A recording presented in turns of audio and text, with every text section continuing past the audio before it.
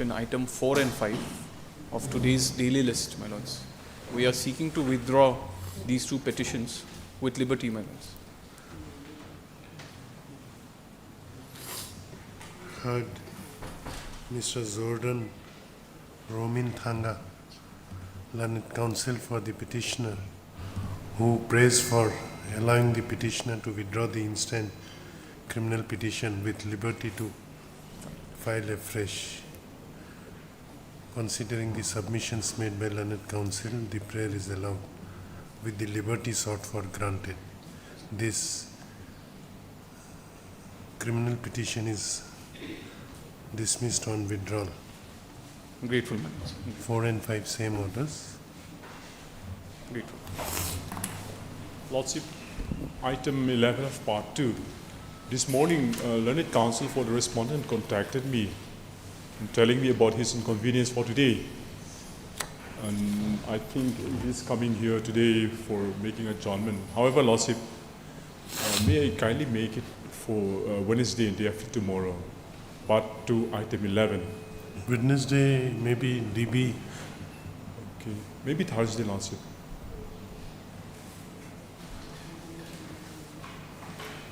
I see, okay. 26. What is your name? T. Lalan Siyama. Heard Mr. T. Lalan Siyama, learned counsel for the appellant, who submits that he has been informed by the learned counsel for the respondent regarding his some difficulty on his part today, and hence an adjournment is prayed for today. The prayer is allowed. Let this matter be listed on Thursday is 26th of June. Please, Your Lordship, just to make a mention of part 2, item number 9 and 10. This matter, they are of a mother and a daughter who live in the same roof. So both the parties have, counsel for the parties have attempted outside court settlement. So we are hoping that they are likely to settle. So if this may taken up after 3 weeks. What is your name? K. Roland. Heard Mr. K. Who is for the other side? I'm for the other side, my lord. Okay. Heard Mr. K. Roland, learned counsel for the petitioner. Also heard Mr. L.H. Lian Rima, learned senior counsel appearing for the respondent side. It is submitted at bar that there is a possibility of amicable settlement being arrived at between the parties, and therefore some time is prayed for so that such an amicable settlement may be reached between the parties. The prayer is allowed. Let this matter be listed after 3 weeks. 3 weeks, man. Obliged. May I make mention, Your Lordship, of part 2, item number 13, if this matter may be taken up on Thursday. Thursday we cannot fix much matter.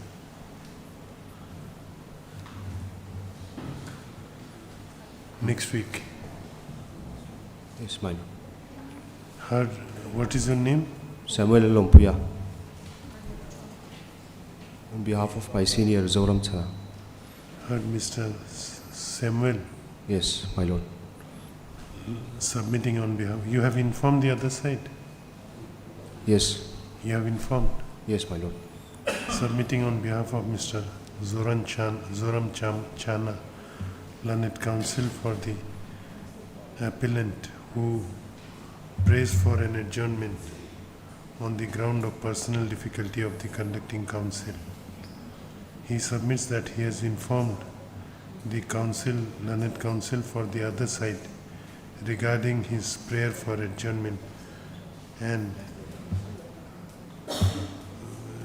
regarding his prayer for other side, who has no objection to his prayer.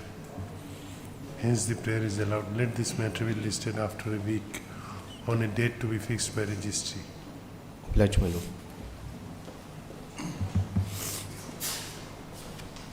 My lord, item number is 13, serial number 13. 13. We are on 13 of daily list. Which list? Part 2. Part 2, 13 has already been mentioned. Oh, sorry, ma'am. We are What from is your prayer? Defendant side. It has already been mentioned. Part 2, 13, order Hussain Amita. Kab. It has already been adjourned. What is your prayer? We want to adjourn. Somebody has mentioned.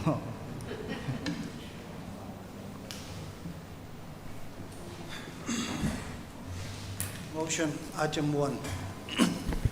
May it please your Lordship.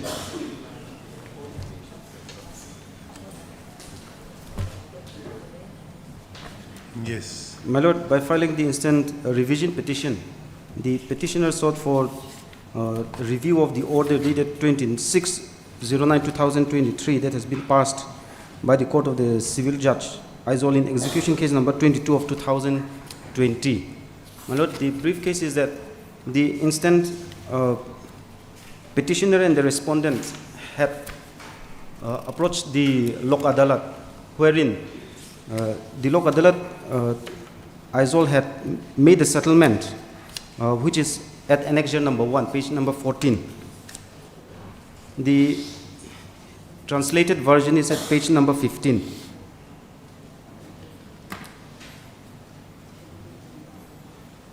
Which is the impugn order? Impugn order, my Lord, this is 26/09/2023. At what page number? My Lord, the impugn order is page number 17, annexure number 2.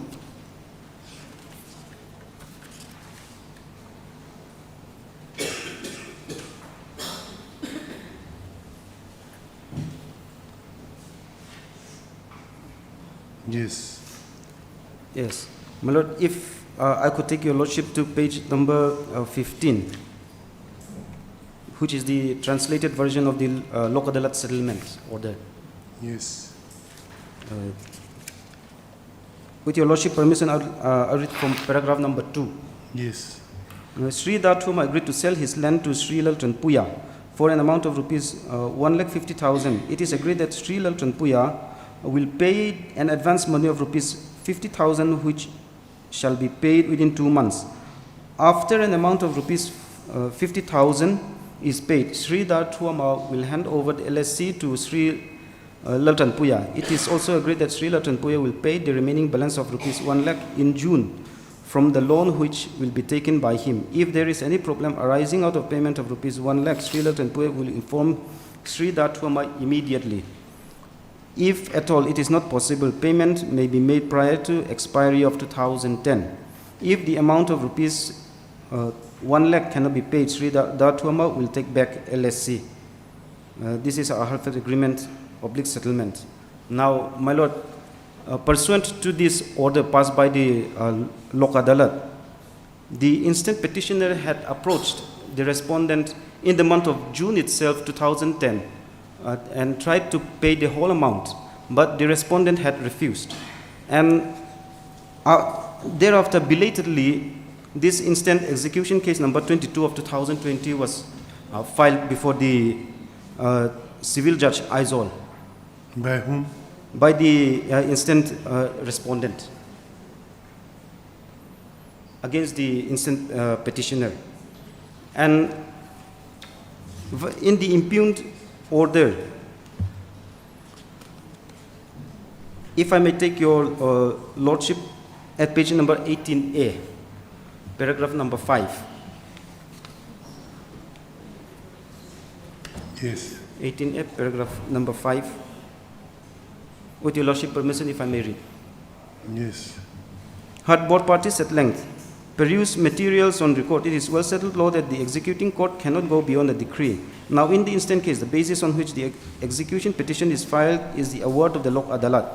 The Lok Adalat award was executed between the judgment debtor and the husband of the decree holder, wherein it is stated that judgment debtor was to purchase a plot of land belonging to the decree holder for a sum of rupees 1,50,000, of which it was to be paid into installments of rupees 50,000 and 1 lakh. the final installment of rupees 1 lakh was to be paid within the year 2010, and that the failure on the part of the judgment debtor to pay the agreed amount shall result in repossession of the landed property by the decree holder, which is to be sold to the judgment debtor.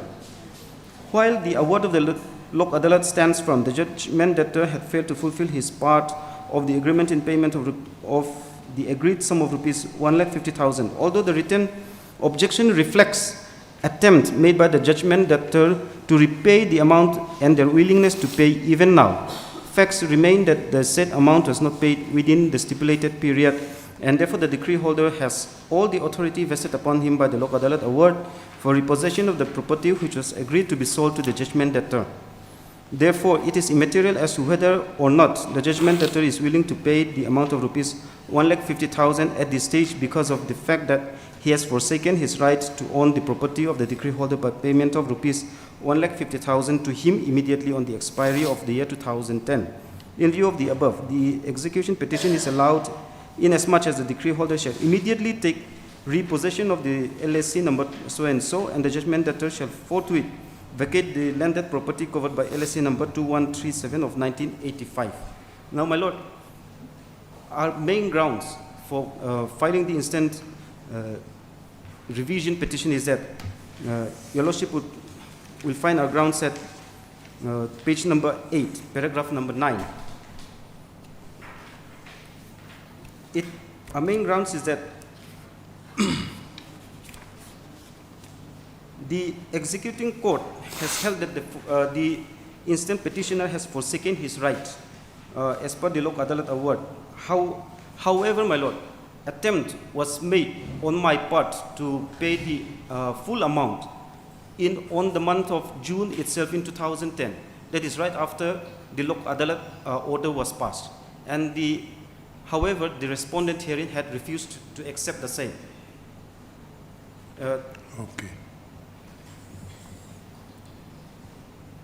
And that, my lord, another point is that the word used in the Lok Adalat award is that... Who is appearing for the respondents? My lord, the respondents... You have served notice? Yes, in fact, there was an IA for condonation of delay that was already allowed by this honorable court, and they have... But in the revision, no fresh notice has been issued. No, my lord. It will again go. My lord. Will issue notice. My lord. Heard, Mr. What is your name? Tila Zekima, my lord. Mr. Tila Zekima. Tilal Zekima, My lord. Learned Counsel for the petitioner. This application under section 115 of the Code of Civil Procedure, 1908, read with Article 227 of the Constitution of India, has been filed by the petitioner Shri Laltan Puya, represented by his legal representative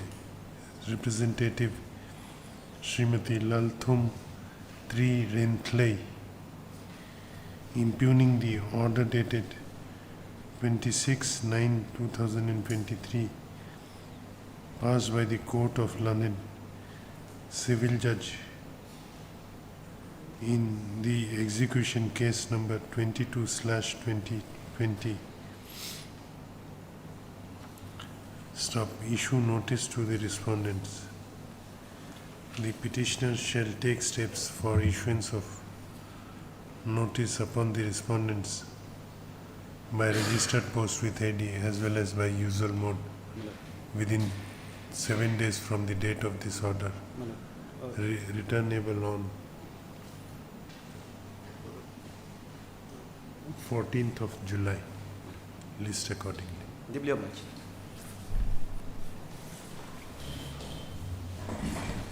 Admission, item 2.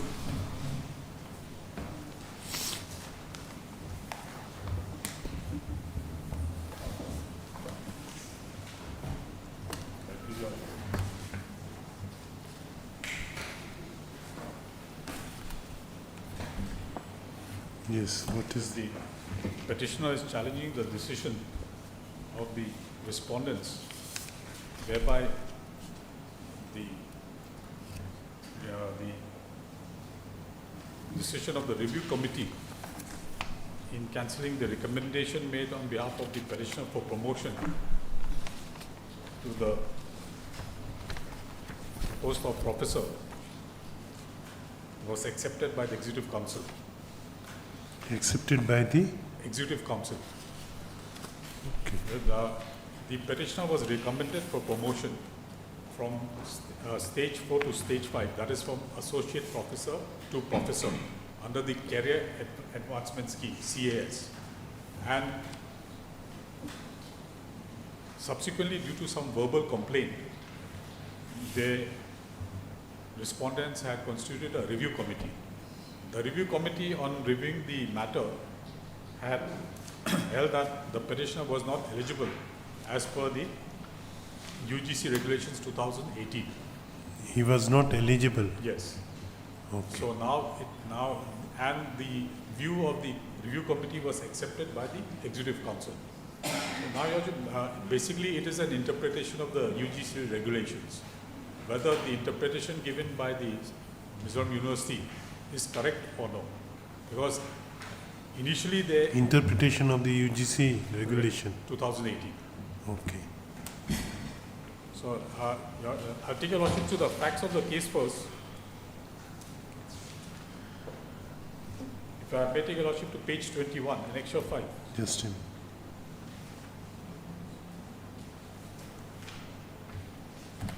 Page 21, annexure 5.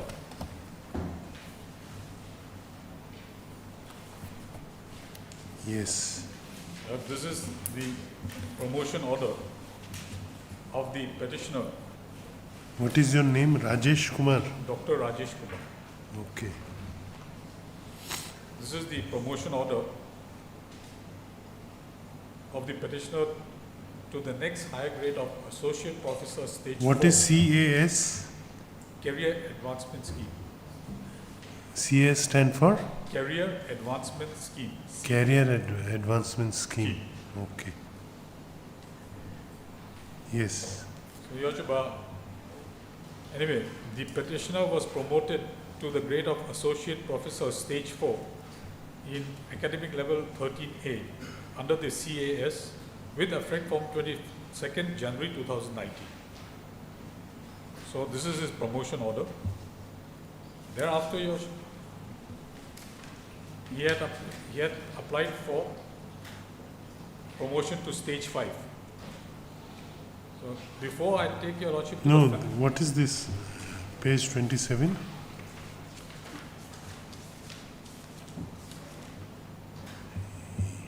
What is Annexion 9?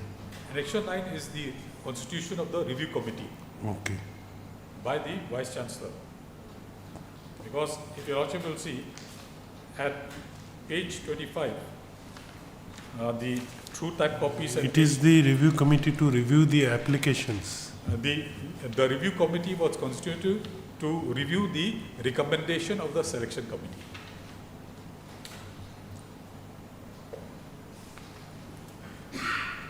I had applied for promotion to stage 5 under the CAS scheme.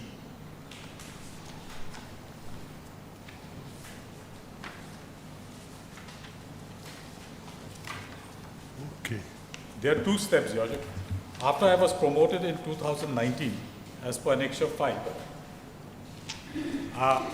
and after gaining 3 years of, You are a professor I was in the associate professor working in under the Mizoram University. Pachunga University College, which is under the Mizoram MZU. University. Okay. So,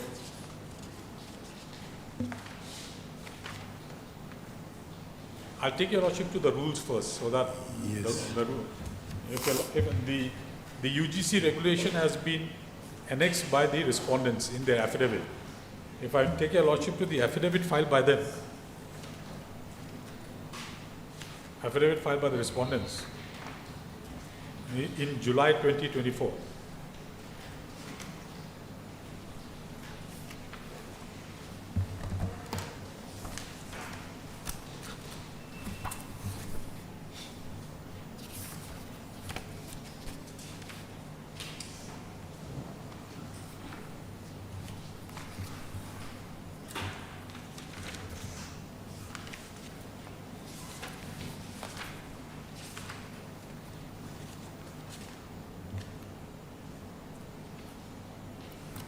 July or August.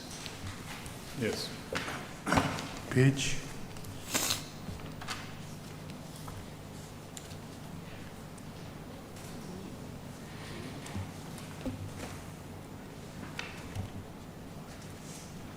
Page 40, running page 40 here.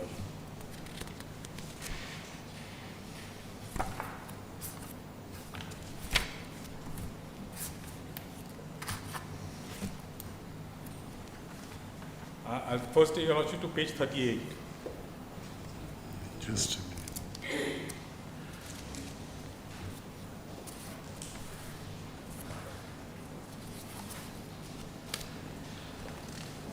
Yes. Your lordship, page 38, middle of the page, just below the table, has your lordship got 6.4. The serial number 6.4 at running page 38. Yes. 6.4 stages of promotion under the career advancement scheme of incumbent and newly appointed assistant professors / associate professors / professors. So, heading B, career advancement scheme for college teachers. This is applicable to me, Your Lordship, because I'm working in the Pachunga University College. So, career advancement scheme for college teachers. Number 1, Roman number 1 is assistant professor, academic level 10 to assistant professor, senior scale, academic level 11. Now, it carries on like that, page 39.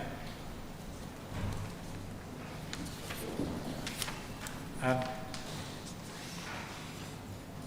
we are concerned with at page 40, associate professor, academic level 13A to professor, academic level 14. Has your lordship got it? Yes. At page 14. So, I'm already working as an associate professor, academic level 13A. My promotion order is at annexure 5 years since 2019. So, my next promotion is to professor, academic level 14.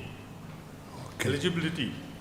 Associate professors who have completed 3 years of service in academic level 13A. Number 2, a PhD degree in subject relevant, allied relevant discipline. A minimum of 10 research publications in peer-reviewed or UGC listed journals, out of which 3 research papers shall be published during the assessment period. Number 4, a minimum of 110 research score as per Appendix 2, Table 2. So these are the criteria given for being eligible for promotion from associate professor to professor. That is from level 13A to level 14. And CAS promotion criteria. Now this is important. A teacher shall be promoted if the teacher gets satisfactory or good grade in the annual performance assessment reports of at least 2 of the last 3 years of the assessment period as per Appendix 2, Table 1. So, I have to get at least satisfactory or good grade in my annual performance assessment reports of at least 2 of the last 3 years of the assessment period, which is as per Appendix 2, Table 1. Next, and at least 110 research score as per Appendix 2, Table 2. So, I have to get a research score of at least 110 as per Appendix 2, Table 2. Next, the promotion to the post of professor is recommended by the selection committee constituted in accordance with these regulations. So, these are the provisions of the regulations of 2018 with which we are concerned. So, I have to get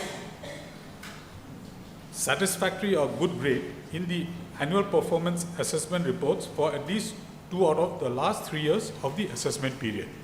And I also have to get a research score of 110 as per Appendix 2, Table 2. So, this is the eligibility criteria. 2 things.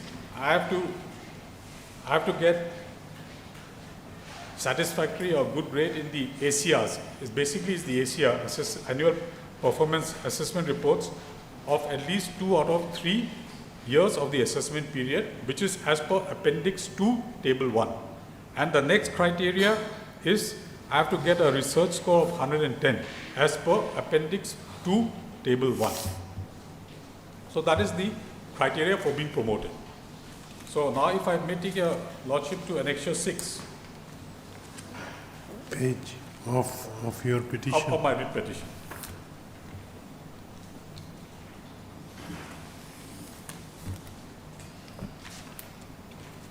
Page number. Page 22.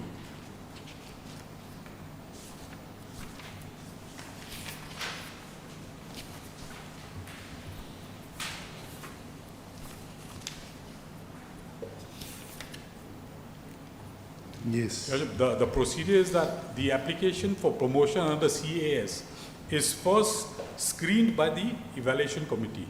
Evaluation committee. Yes. Okay. So this is the minutes of the screening cum evaluation committee for promotion to stage 5. So this is the minutes of the screening committee.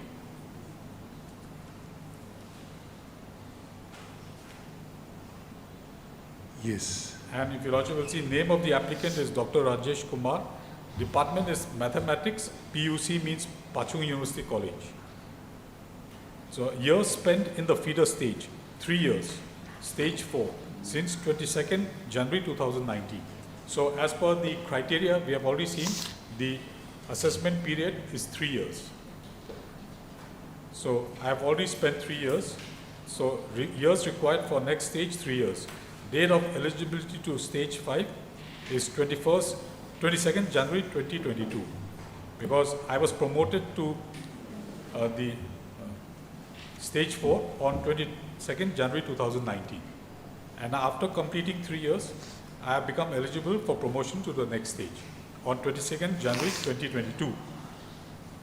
And as per this eligibility criteria under the CAS UGC regulations 2018, if your lordship will see, I have fulfilled all the criteria, and even the annual performance assessment, all the 3 years I've been graded good.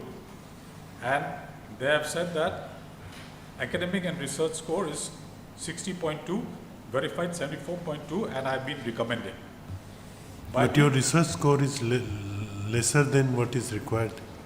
Your Worship, this is according to them, but according to Appendix 2, Table 2, Appendix 2, Table 2 is a self-appraisal, and I had submitted my self-appraisal where, if your lordship will allow me, my score was 366, which has not been disputed by them.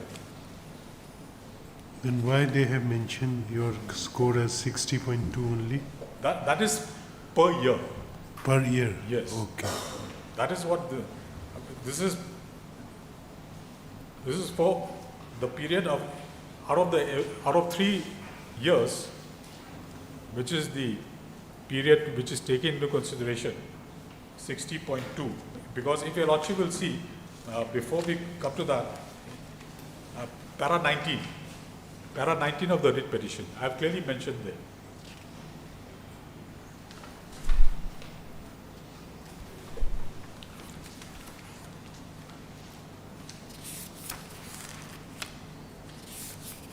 At page 12 of the writ petition, para 19. Yes.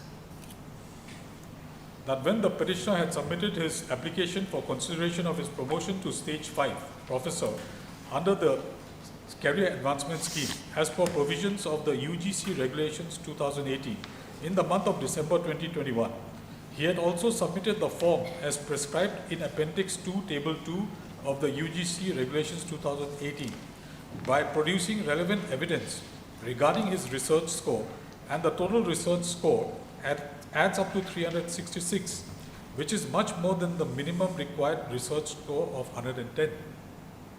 Hence, the respondents are duty-bound to consider the promotion of the selection committee held on 23/2/2022, promote the petitioner to stage 5 professor under the CAS as provision of UGC regulations. So, Your Worship, as per the Appendix 2 of Table 2, my research score added up to 366, while the minimum requirement is 110. Okay. This was not disputed by them, even in the affidavit. So now if I take your lordship back to page 22. At page 22, your lordship will see the recommendation of the screening committee.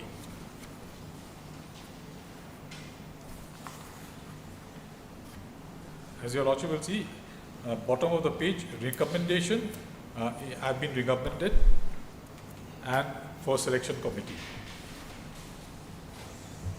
Thereafter, your lordship, at page 24, annexure 7.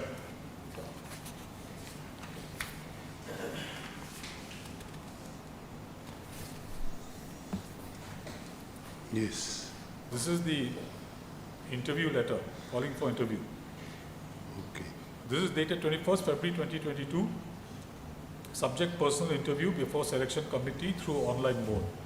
Reference your application for promotion to stage 5, professor under CAS.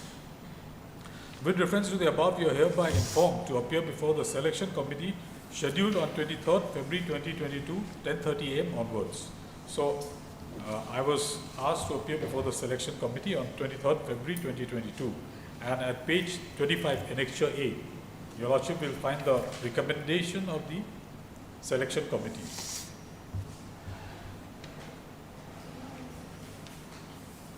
Page 25. The typed copy is at page 26.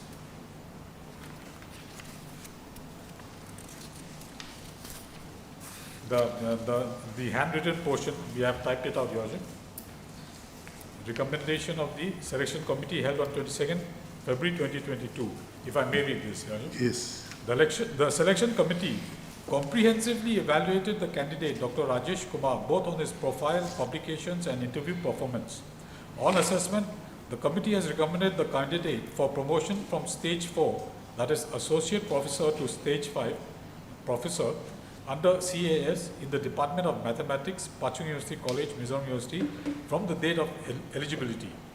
The candidate needs to publish 3 papers, Scopus, WOS, UGC recognized, every year, and apply 2 research projects compulsorily every year, and need to update biodata further, and should not apply outside at least 2 years. So even the selection committee had recommended me for promotion.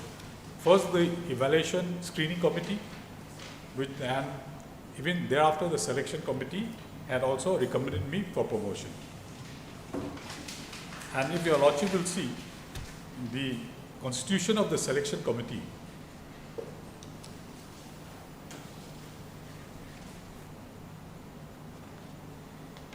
if I may take your lordship to page 25. Yes.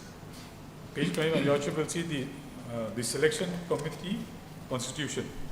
Number 1, the chairman. The chairman is the vice chancellor, MZU. Number 2, visitors nominee is Professor Sushma Pandey. External experts, there are 3.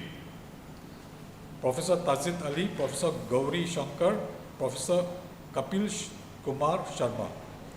Then number 4, dean of the school is also one of the selection committee members. Principal of my college is also a member of the selection committee.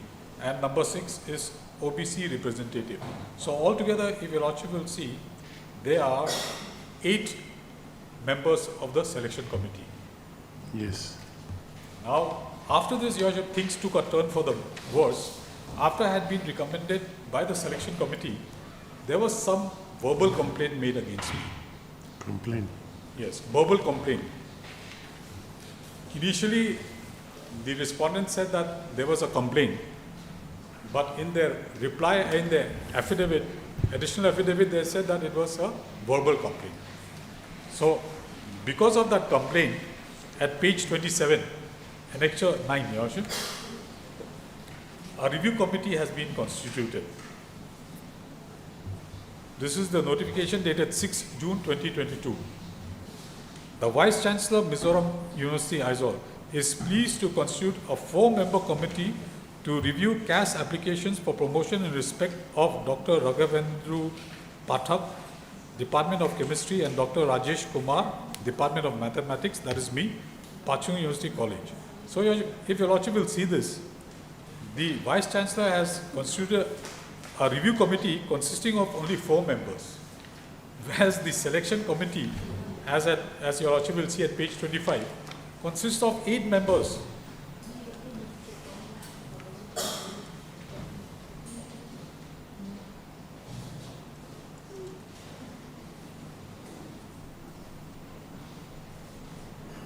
Yes. Thereafter, your Lordship will see at page 28. This is the minutes of the review committee.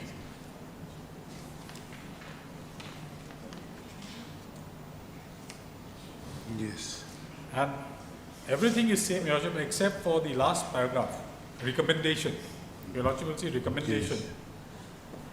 not recommended Why? for selection.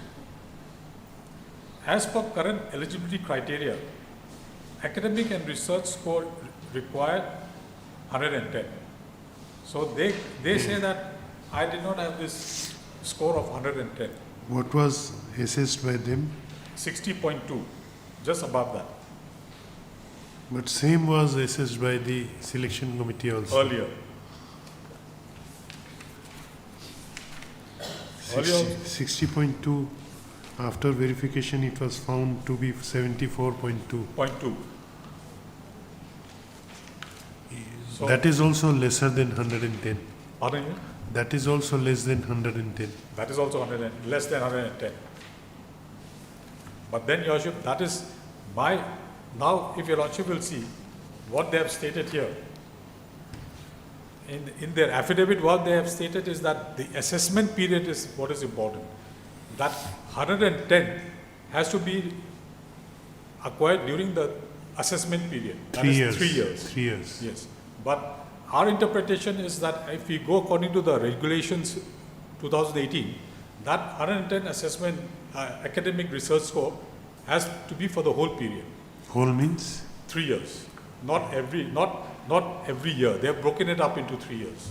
So my academic research score was 333, which has not been disputed by them. For 3 years. Yes. Now, how they have interpreted? I'll take Your Lordship to that. So thereafter, Your Lordship will see. No, in the annexure 28, page 28, annexure 10, Yes. that is the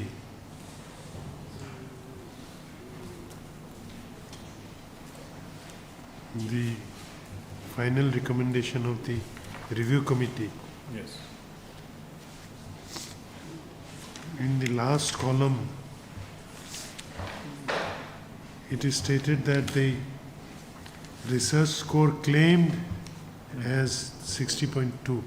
You have even claimed 60.2. They have not mentioned it as to be 330. But as per the Appendix 2, Table 2, which was submitted by me, Your Lordship, which I have also annexed at Annexure 20, Page, page 52. Annexure 20.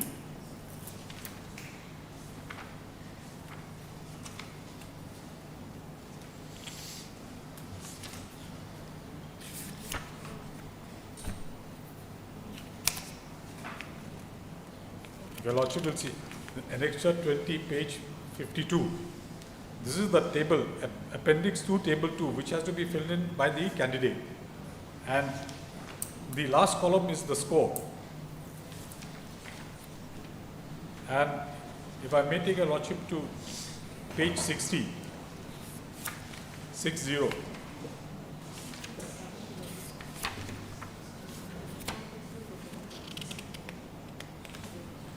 yes. The total score comes to 366. Then why they have mentioned in their review minutes that total score claimed was 60.2? That is not clear to me. That is, anyway, I'll take Your Lordship to the. Anyway, I'll take Your Lordship to that. What they have stated. What is there. your grievance? You are aggrieved with the recommendation of the review committee. Which was accepted by the Executive Council. Okay. That So your main grievance is review committee did not recommend you for selection mainly on the ground that you did not score Academic research score was below 110. research, others criteria were fulfilled, Yeah, but research score was not what was required. required.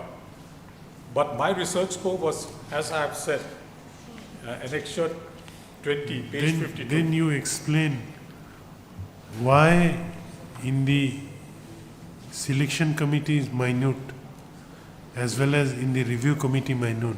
The research score claimed was mentioned to be 60.2. Both, they have not mentioned it to be 366.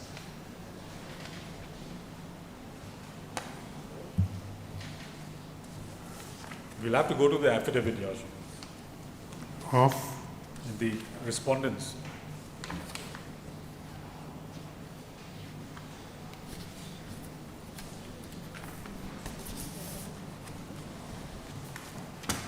yes.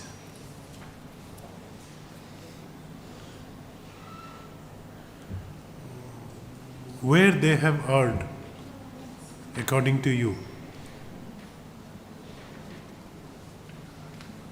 Para 17 of the writ petition.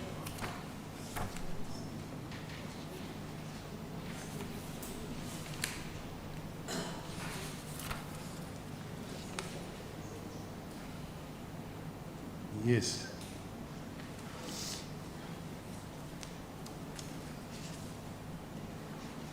Before that, if I may take a lordship to the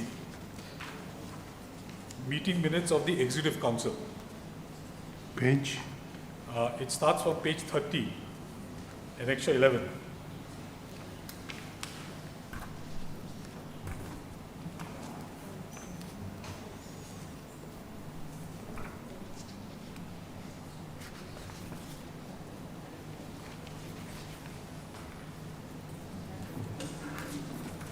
Annexure 11, page 30.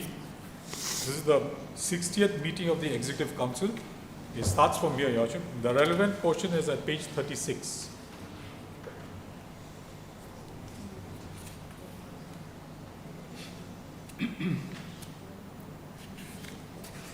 The relevant portion is at page 36. Yes.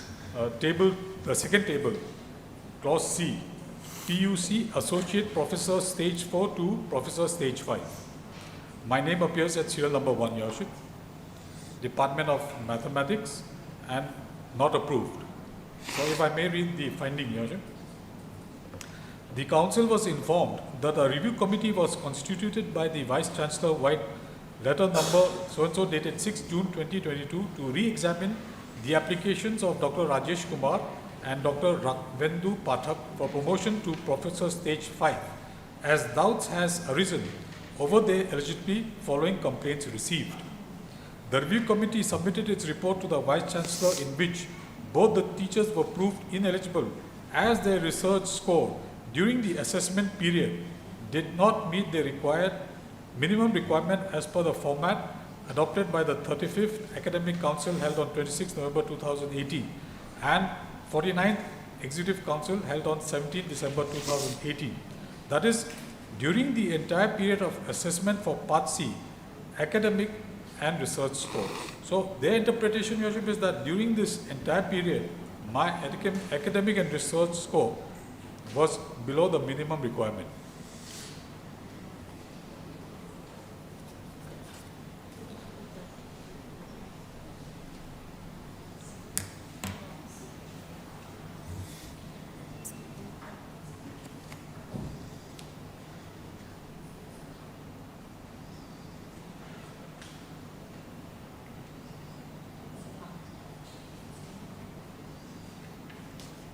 Why they are saying so? When in your self-assess, Yes. you have stated that it is to be 336.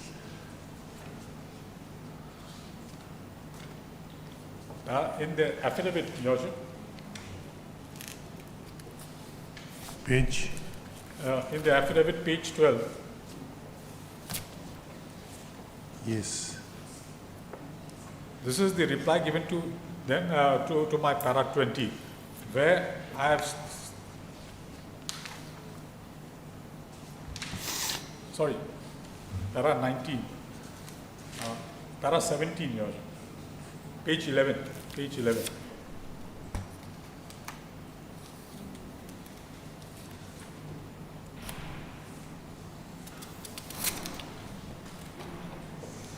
Para 17 is the reply given to para 19 of my writ petition.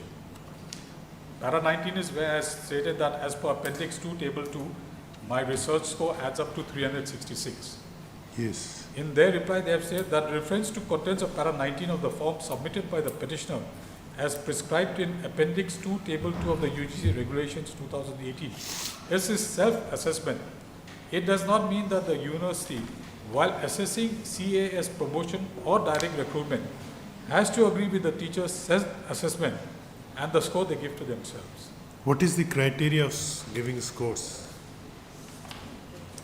How computation is made? How scores are awarded? Research score.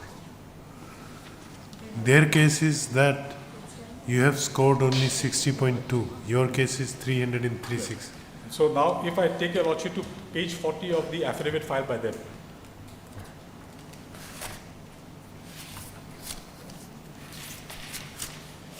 Yes.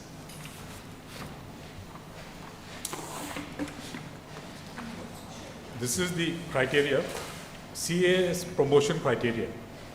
A teacher shall be promoted if the teacher gets satisfactory or good grade in the annual performance assessment reports of at least 2 of the last 3 years of the assessment period as per Appendix 2, Table 1.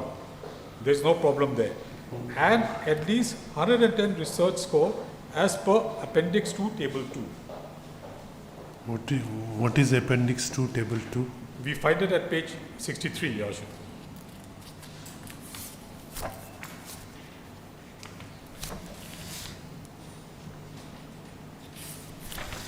This is the table. Yes.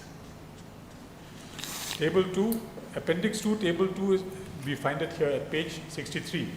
And this has to be filled up by the candidate himself. Methodology for university and college teachers for calculating academic/research score. Assessment must be based on evidence produced by the teacher, such as copy of publications, project sanction letter, utilization, completion certificates issued by university, and acknowledgement for patent filing and approval letters. So this is the form, and this is the form which has to be filled by the candidate. And according to this, my score comes up to 366. So is it their case that you have wrongly computed the research scores? No, that is not the case. If your lordship will see the reply to my para 19, They said that the assessment was made, it was a self-assessment by you, and university reserves the right to review that. so That is, but they have to say that your assessment is not correct that is on not the case. this or that count. Whether they have pointed out how your assessment was wrong. Page 11 of the affidavit. If I may again take your lordship to para 17. Page 11 of the affidavit, para 17. Yes. With reference to contents of para 19 of the form submitted by the petitioner as prescribed in Appendix 2, Table 2 of the UGC Regulations 2018, this is self-assessment. It does not mean that the university, while assessing CAS promotion or direct recruitment, has to agree with the teacher's self-assessment. So they say, okay, they do not have to agree, but they have not denied or disputed my self-assessment. They have not said that my self-assessment is wrong, it is lesser than 110, nothing of that sort. It is not disputed. They're just saying that they do not have to agree with it. But they have to show reasons why they are Yes. not agreeing. That is there. Because it is a self-assessment form which has to be submitted along with the application for promotion. And that, according to my assessment, it comes to 366. And they have not disputed that.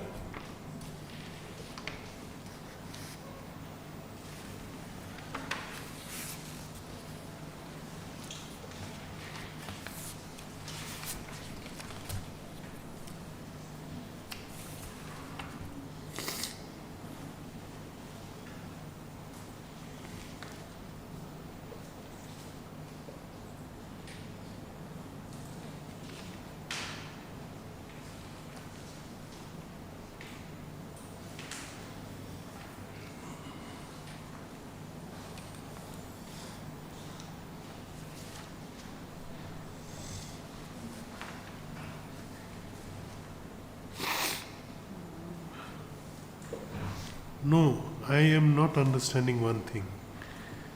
Why they have mentioned in the review committee as well as selection committee in their minutes, they have mentioned that the score, research score claimed to be 60.2, whereas research score you are claiming is 336. So why they have mentioned it to be 60.2?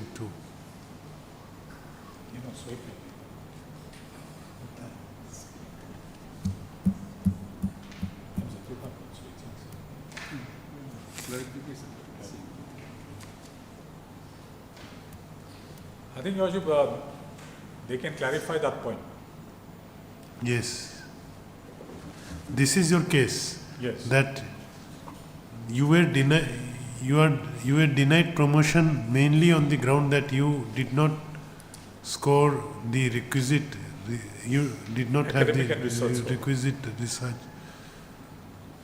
Yes. My Lord, as far as the perverse comments we have received from the university, the research score of the petitioner is 60.2. Where is the competition?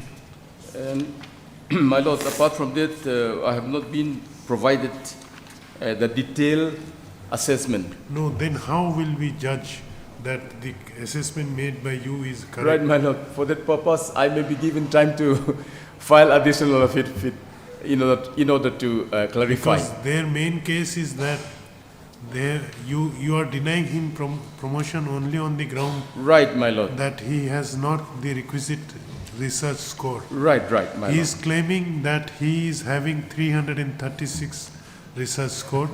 You are saying that That it was is... his self-assessment, my Lord. That But- self-assessment was not accepted by the university. No, but you have to give reasons why... That is why, my Lord. For that purpose, my Lord, I may be given 1 or 2 weeks' time to give a detailed report. I mean, additional affidavit, for filing additional affidavit. Okay. Heard Mr. A.R. Malhotra, learned counsel for the petitioner. Also heard Mr. L.H. Lian Rima, learned senior counsel. Who is assisting you? My Ruth Assist- Lalruat Fili, my Lord. Assisted by Miss Ruth Lalwat Feli. Feli, learned counsel for the respondent. Learned counsel for the petitioner has submitted that the petitioner is mainly aggrieved with the decision of the review committee which was accepted by the executive council of the university, in which he was not recommended for selection, mainly on the basis that he does not have the requisite research score as per the eligibility criteria as per the UGC regulation of 2018. Learned counsel for the petitioner has submitted that the petitioner for the requisite period under consideration, that is for the period of 3 years, has the research score of 336, which is details of which is given in the Annexure 20. Annexure 20, that is Appendix 2, Table 2, which is filled up by the petitioner himself. Learned senior counsel for the respondent submits that the university did not agree with the assessment regarding computation of the research score made by the petitioner, and according to the review committee as well as university authorities, the research score of the petitioner for the relevant period is only 60.2, which is less than the requisite research score of 110. On this, a query was posed by the court to the learned senior counsel as to on what basis the research score of the petitioner was computed as 60.2, whereas in the self-assessment made by the petitioner in Appendix 2, Table 2, which is annexed at Annexure 20 with the petition, the research score is 366. shown to be 366. 66. Earlier also 366. 336 ki jagah. 366. On this, learned senior counsel for the respondent submits that he is required to take instructions on this issue, on this point, and he prays for filing an additional affidavit to give reply to the query posed by the court. The prayer is allowed. The the respondent shall file an additional affidavit answering the query posed by this court regarding computation of the research score of the petitioner. Let this matter be listed after 2 weeks. 2 weeks. Obliged. Item 3.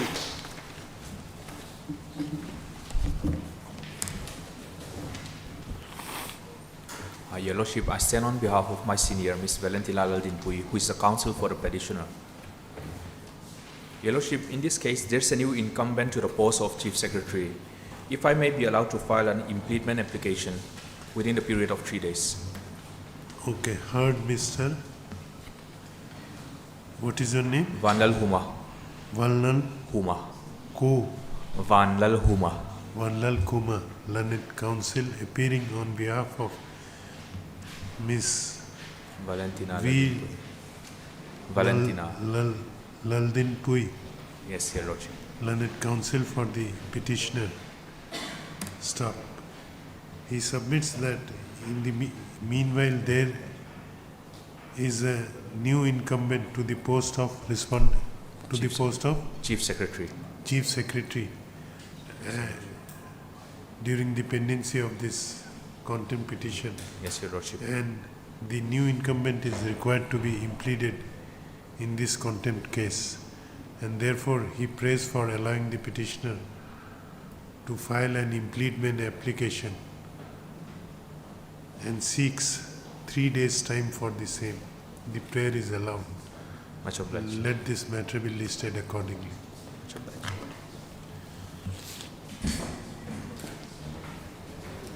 Item 6.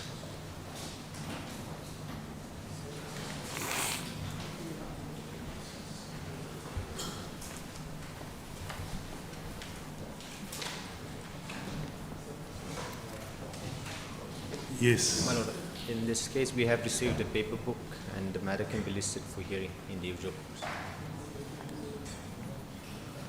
It is ready for hearing. Yes, my Lord. You are for? For the respondent, my Lord, I'm sorry, I stood on the other side. Heard, Mr. Laroco. Who is for the appellant? Mr. Jordan Logan. Jordan was. None has appeared for the appellant. Heard, Mr. Lalru Kunga Pautu, learned counsel for the respondent, who submits that they have received the paper books in this case, and this appeal is ready for hearing, and he prays for listing this case for hearing. Let this matter be listed for hearing after 2 weeks. I'm obliged. Orders, item 7.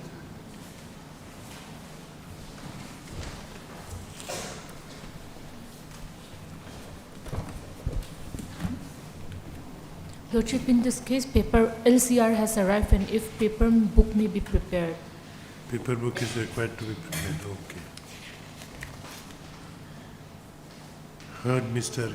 K. Roland, learned counsel for the appellant. Also heard Miss, what is your name? Mary Leram Hetty for the appellant. And for the respondent. Heard, फिर से Abhishek. Heard Miss Mary Lalram Ghetty, learned counsel for the appellant, as well as Mr. K. Roland, learned counsel for the respondent. It is submitted. It appears from the office note that the trial court records have been received in this case. Therefore, registry is directed to prepare the paper book and list this matter again after preparation of after the paper book is ready.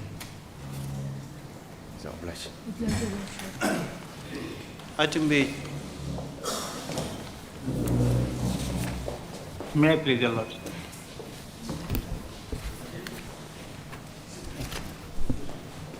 Yes. My Lord, even though this is fixed for today, I am led by my senior, Mr. Ralph Fakoma, who has some personal difficulties. He has sprained his ankle and he cannot stand for long, my Lord. And it so happened that, my Lord, due to paucity of time, we cannot file an application for video conferencing. Okay. So, my Lord, if this matter may kindly be adjourned, my Lord. Lordship, I think LCR has already been received. Let this matter come for hearing.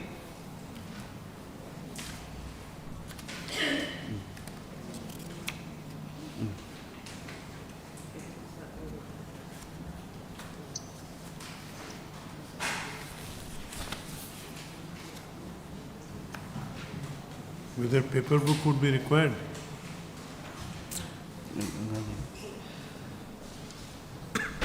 There's some document, written objection and all. I don't know whether the appellant insists or not. Paper book. Whether paper book would be required or not? Lordship, I think not required. All the necessary document I have annexed in my petition. Okay. Heard Mr. T. A. Chaudhary, learned counsel for the appellant. Also heard Mr. T. Lalzekima, my Lord. T. Lalzekima, learned counsel for respondent number 1, as well as Miss Dinari T. Azio, appearing for respondent number 2. Yes. You are also appearing? Yes, sir. For? Respondent number 3 and 4. Miss, also heard Miss Vannesyami, appearing for respondent number 3 and 4. It appears from the office note that paper book that the trial court record has been received and this case is ready for hearing. Hence, let this matter be listed for hearing after 2 weeks. Yeah. I don't know whether you want to fix the date or. Yes. Lordship, a date may be fixed, Lordship. Suggest a date. 28, Lordship. 28 is okay July. for you? After vacation, Lord. Let this matter be listed on 28th of July. Highly obliged, Lordship.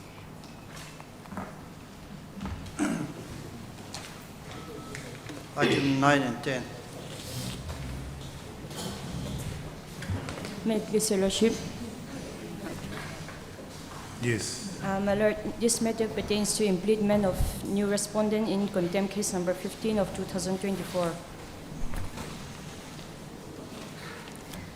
My Lord, contempt case was filed against the respondent number 1 to 4 for their non-compliance of this honorable court judgment and order dated 13/8/2024 in WPC number 96 of 2022.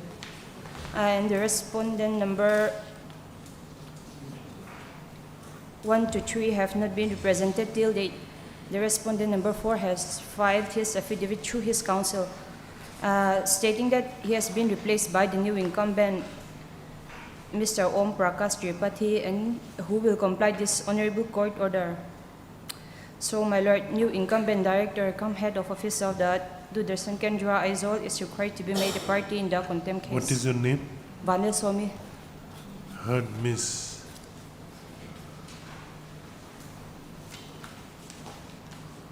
Vanlal Swami, learned counsel for the applicant. Who Baby Laldin Zwali for respondent number 4. also heard Miss Baby Lalding Zwali, learned counsel for respondent number 4. This application under Order 1, Rule 10 within bracket 2 of CPC has been filed by the petitioner praying for impleadment of Shri Om Prakash Tripathi as respondent number 5 in the connected contempt case number 15/2024. Learned counsel for the petitioner has submitted that during pendency of the connected contempt petition,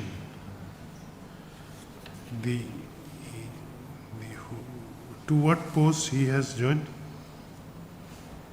Respondent number 5? Yes. Director and head of office DDK Aizawl. Director?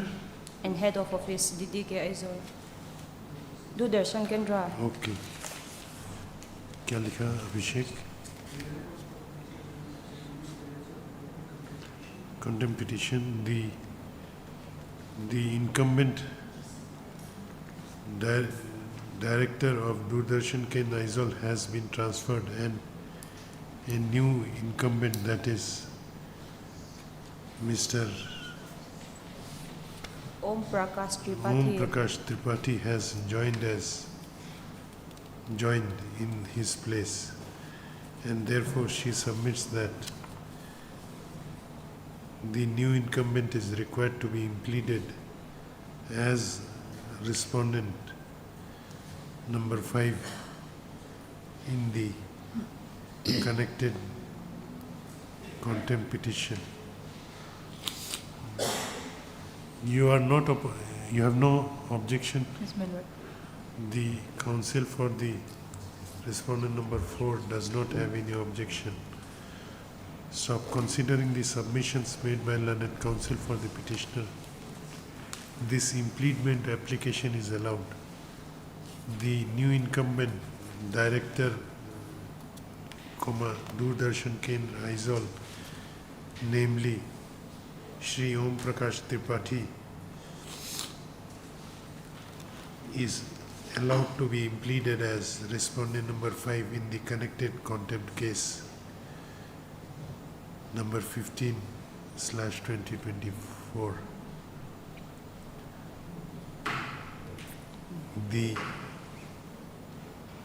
The petitioner shall submit a new cause title in the connected contempt case by impleading Mr. Om Prakash Tripathi as respondent number 5 in that case. This interlocutory application is accordingly disposed of. Oblige. My lord, regarding the main case, Main case, you have to submit a new cause title by impleading Yes, respondent my number 5 oblige. within a week from the date of this order. Yes, oblige.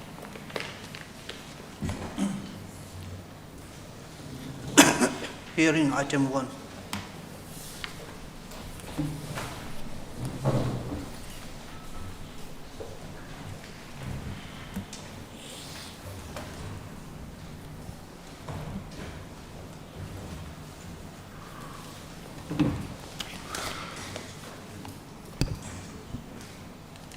Yes, who is for the respondent?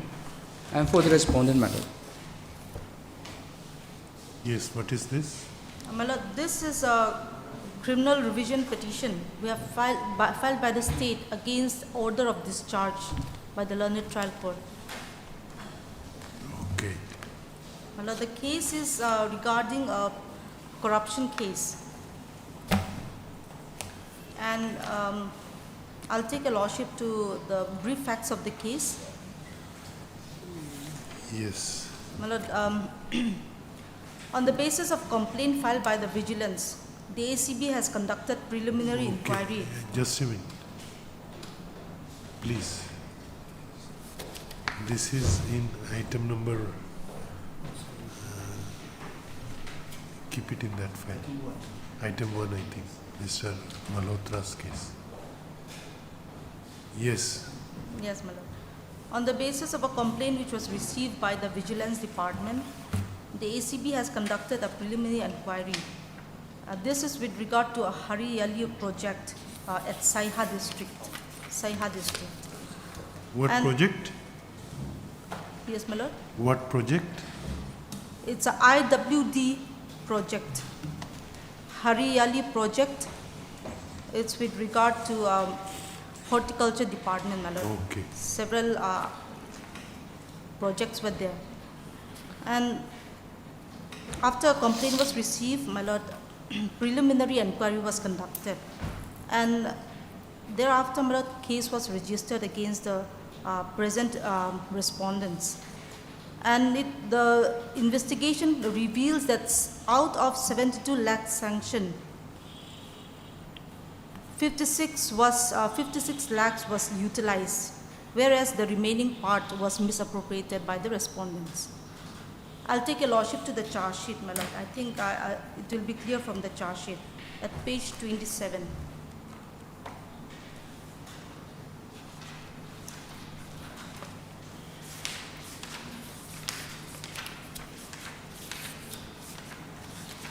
Twenty-seven is the charge sheet. The relevant portion will be from page 40 onwards, my lord.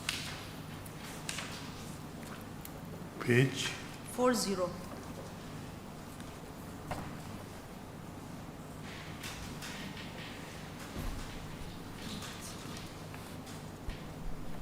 Yes. My lord. This is the facts of the case. Deputy Secretary to the Government of Mizoram Vigilance Department furnish a copy. Do I need to read the whole thing, my lord? It's a long one. It's all the charge sheet. But unless you read, how will I know? That's what I will do. All right, I'll read it. Or you can tell me the gist. Like I've already stated, my lord. But it will be good if we read it. Yes, I think it will be better. Yes. Yes, please. Facts of the case. Deputy Secretary to the Government of Mizoram Vigilance Department, white letter so-and-so, dated 26/5/2010, furnish a copy of so-and-so, dated 11/5/2010, with its enclosure of related papers received from the Under Secretary to the Government of Mizoram RD Department, requesting to conduct inquiry in the implementation of Hariyali Project 5 within Saiha district. Accordingly, ACB inquiry number 14 of 2010 dated 1/6/2010 was registered and endorsed to Inspector F. Enkunga ACB. The inquiry officer substantiated, mentioning that there has been misappropriation of IWDP project Hariyali first installment funds by the project implementing agency PIA Horticulture Department, Saiha district during 2005 to 2006. The Vigilance Department, Government of Mizoram, via their letter so-and-so dated 12/9/2010, conveyed to register a criminal case against the PIA. Number 1 is Arzotona, Director, Horticulture Department. Number 2 is S.R. Rindiana, Horticulture Development Officer, the then DHO is Saiha. And number 3 is T. Vanupa, Horticulture Extension Officer. Number 4 is C. Ramrela, Horticulture Extension Officer. Number 5, C. Lian Luaya, Assistant Divisional Horticulture Officer, Colosip Division, the then Horticulture Extension Officer, DHO Office, Saiha. Hence, SPACB Mizoram registered ACB PS case number 10 of 2012 dated 5/10/2012 under section 120B 468 471 477A IPC, read with 13(1)D 13(2) of PC Act 1988, and endorsed to me to conduct investigation of the case. Accordingly investigated into. During the course of investigation, the following facts were ascertained. IWDP Hariyali Project 5, that is between 2005 to 2007, within Siha district covering 5 villages of the district like Niotlang, Lungbun, Chuarlung 1 and 2, and Ainak, was implemented during the years. District Horticulture Officer Siaha was interested for implementing the scheme within the district. Accordingly, the Divisional Horticulture Officer Siaha Project Implementing Agency received 72 lakhs as first installment for implementation of the project from Nodal Department DRDA Siaha as below. Number A, rupees 44 lakhs, B, 22 lakhs, C, 6 lakhs.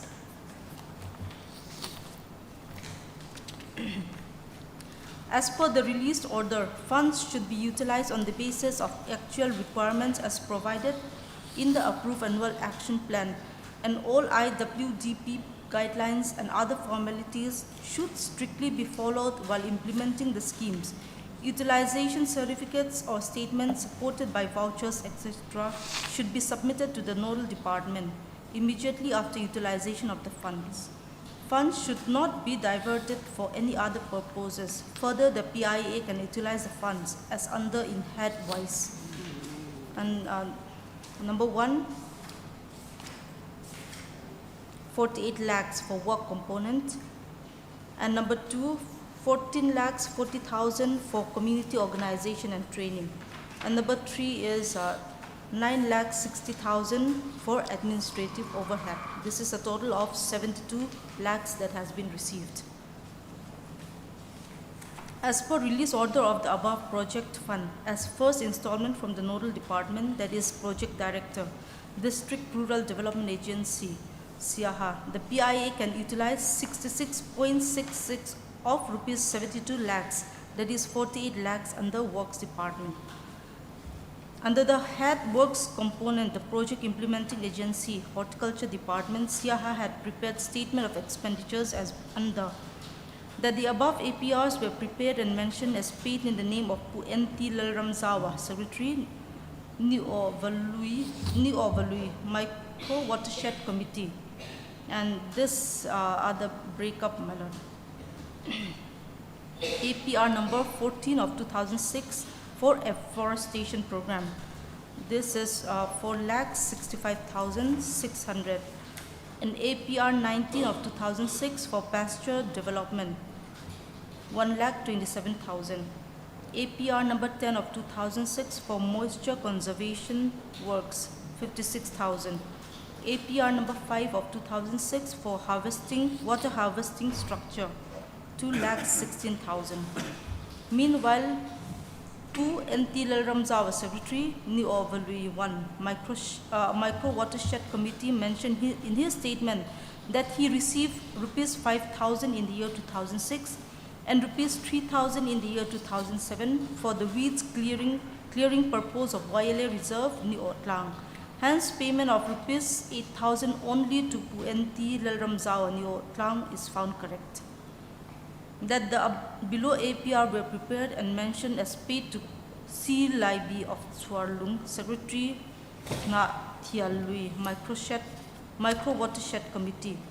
APR number for public urinal is 26,000. APR number so and so for coffee plantation is 15,000. APR number so and so for Pulrotzina is 6,500. APR number 2 for construction of hut is 7,500. APR number cost of Purotriak Maura is 10,000. And APR for moisture conservation is 68,000. And the next page, my lord. Statement of C. Laibi, Tsuarlung revealed that payment of funds for the above serial number 1 to 5 amounting to rupees 65,000 was made to him and works were executed accordingly, but denied to have received rupees 68,000 for moisture conservation. Vide so and so. Hence, payment of funds to Pusi Liabi in respect of the above APRs number 1 to 7 amounting to rupees 65,000 only is found correct. That the below APR is prepared and shown as paid to Puk Haitso of Tsuarlung, Chairman Pivalui, East 2, Watershed Committee, vide APR number 21 of 2006 for pasture development, that is rupees 1,27,000, but stated that he either received the said development funds nor signed in the APR. It should be neither. That he neither received the said development funds nor signed in the APR. And the next line, my lord, that the below APRs were mentioned as paid to Pu Zauta of INAC VCP Chairman Tong Mang Lui Micro Watershed Committee for INAC Village by using VCP INAC seal. APR number for construction of public urinal is 8,000. APR number so for public water point is rupees 25,000. APR for nursery bed is 15,000. APR for MI works at Zhongvang. Their main case is that out of 72 lakhs, Yes. they utilized some amount Some and amount was left utilized. unutilized 15 lakhs, 15 lakhs was which misappropriated. is alleged to be misappropriated. Yes, madam. These are all the statements they have taken from the Why it is said that they have misappropriated 15 lakhs? Because, my lord, they have received the amount. And like we have stated here, my lord, in the APR, it's written as they have already disbursed it to some other person. But those person, they said they have never received those money. Okay. And Where?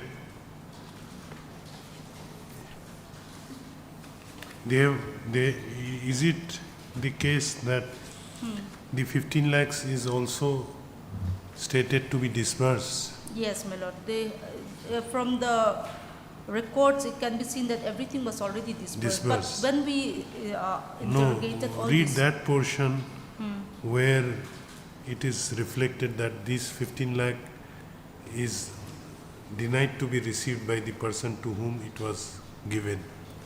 Your Lordship will see that there are several breakups.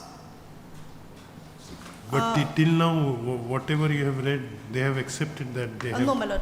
Page 42, the second para, my lord, we'll see that. Second para, yes. That the below appears is. I'll read from the first para, my lord. Yes. Statement of Pusi Liebi Tsuarlung revealed that payment of funds for the above amounting to rupees 65,000 was made to him and works were executed accordingly, but denied to have received rupees 68,000. So some amounts they have received, some amounts they have not received. But in the record, it was maintained as if they have already, as if received by the statement given by this Pusi Liebi. Rupees 68,000 for moisture conservation. Hence, payment of funds to Pusi Liebi in respect of the above APRs amounting rupees 65,000 is found correct. So, out of all this, my lord, 65,000 is found to be correct.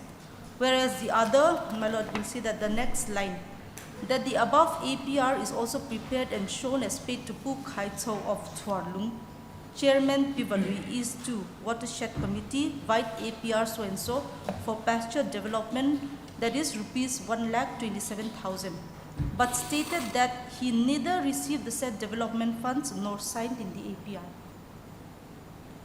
So they have received some money, some amount, but the other amount they have not received.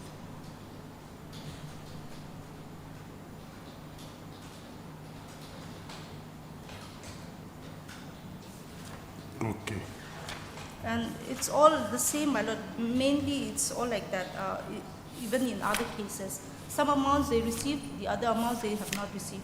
So so the case IO has made it out that out of those, the actual implementation was only for 56 lakhs 19,000. And the rest was misappropriated by the respondents.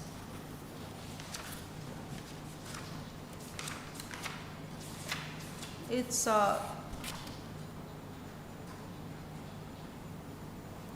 15 lakhs. Your Lordship may come to page 53. Since it's the charge sheet is all similar, they have interrogated all those persons that have been made out as received payment. I think the statements are all similar. Page? Page 53. Yes. This is the charge sheet.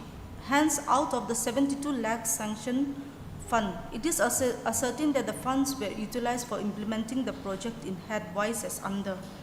Work component, Your Lordship will see that the total is 42 lakhs 53,980, and the remaining balance is 5 lakhs 46,020. And community organization and training, the total that they have utilized is rupees 6 lakhs 60,000 so and so, and the remaining balance is 7 lakhs 79,970. So 15 lakhs 81,222 Yes. is remaining not balance. accounted for. Yes, madam. Now, on what ground they were discharged? The grounds, it's all technical grounds, my lord. Where is the grounds. impugn order? Yes, Your Lordship. Is at page 19 is the relevant portion. The impugn order starts from 11.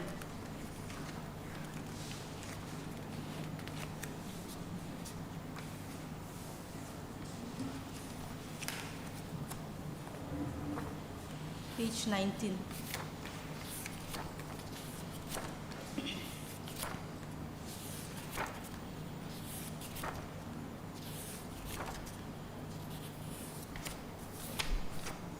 Yes. Page 19, para 27, at the bottom, decisions and reasons thereof. After hearing both parties' submissions and on perusal of the case record, the submission of the Learned Counsel seems based on truth. The first point submitted by the Learned Counsel is that investigation conducted by the prosecution has no leg to stand, inasmuch as the initiation proceedings were not taken up as per law and the mandatory provisions under Chapter 5 of the ACB manual have not been complied with. The said chapter sets preliminary inquiries and investigation. The Director SP shall obtain approval of the Chief Vigilance Officer before ordering preliminary inquiry, and shall also obtain approval to register a preliminary inquiry to lay trap against an All India Services officers, heads of department and joint secretary and above level officers. It may be pointed out that no such approval was obtained, and hence the prosecution case has no footing to proceed further against the accused persons.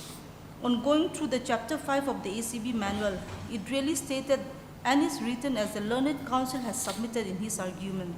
However, there is nothing in the charge sheet to show that the Director SP of ACB obtained the approval of the Chief Vigilance Officer before ordering preliminary inquiry. The said manual also stated that the SP-ACB obtained approval to register a preliminary inquiry to lay trap against an All India Services officers, heads of departments and joint secretary and above level officers. And secondly, the Learned Counsel submitted that a copy of the original FIR has not been included in the charge sheet submitted by the prosecution. This is true, for the FIR copy in the charge sheet is a Xerox copy, and there is no original FIR in the case record. In every other criminal case also, a photocopy of the FIR cannot be accepted where there is no original FIR to authenticate the FIR. Moreover, the prosecution story stated and evolved in the instant case with the letter number so and so dated 26/5/2010, which was furnished by the Deputy Secretary requesting to conduct inquiry in the implementation of the Hariyali Project 5 within Siaha district. However, the said letter has not been included in the charge sheet submitted by the prosecution, and there is no proof of the same. And the next paragraph, thirdly, the learned counsel submitted that there is no specific allegation against any of the accused persons above. The case IO has diligently searched for every nook and corner to bring home the charge against the accused persons and found that more than rupees 15 lakhs are misappropriated by the above 5 accused persons from the 72 lakhs received for the development of horticulture at Siaha division. However, the case IO is unable to pinpoint and charge any of the accused persons that each of the above accused persons have misappropriated such specific amount of the government money distinctly. It is truly submitted by the learned counsel that there is no specific allegation for each accused persons. The learned counsel for the accused submitted that no prima facie case of embezzlement, forgery or corruption has been made out against any of the accused persons. Furthermore, there is nothing to show that any of the accused persons have personally and specifically misappropriated any amount of money. And proceeding with a surmise and concocted story based merely on unreliable allegations and vague suspicions would be a tremendous violation of the rights of the accused person. And it would also defeat the purpose and intent of the criminal justice system. It is true that accused persons were wholly made responsible for the total sum altogether amounting to rupees 15,81,222. The case IO is unable to pinpoint how much money each officer is misappropriating the government money. The learned additional public prosecutor submitted that as per the charge sheet submitted by the case IO, namely Inspector Dennis V.L. Lura, ACB, the 5 accused persons mentioned have above allegedly misappropriated a total of rupees 15 lakhs so of government money from the total of 70 lakhs received for the development of horticulture. However, as alleged by the learned counsel, there is no way in the charge sheet for the specific allegation of each individual accused persons that each particular persons had misappropriated specific amount of government money. Accused persons are holding a different and separate post at the relevant time. Accused number 1, Mr. Zautona, at the time was holding the post of Divisional Horticulture Officer at Siaha. Accused number 2, Mr. S.R. Rindiana, was the then Horticulture Development Officer, Siaha. Accused number 3, Mr. T. Van Upa, was Horticulture Extension Officer, Siaha. Accused number 4, Mr. C. Ramrela, was Horticulture Extension Officer, Siaha. Accused number 5, Mr. C. Lianluaya, was the then Horticulture Extension Officer, Siaha. Such being the case, unless there is specific allegation for each of the accused persons at their own level of post held by them at the relevant time, there is no way of proving the allegation against them. Allegation made against them is therefore vague and general in nature. It is without detail. There is no allegation who had misappropriated the alleged amount of government money. It is well understood that all of them cannot be responsible at the same level.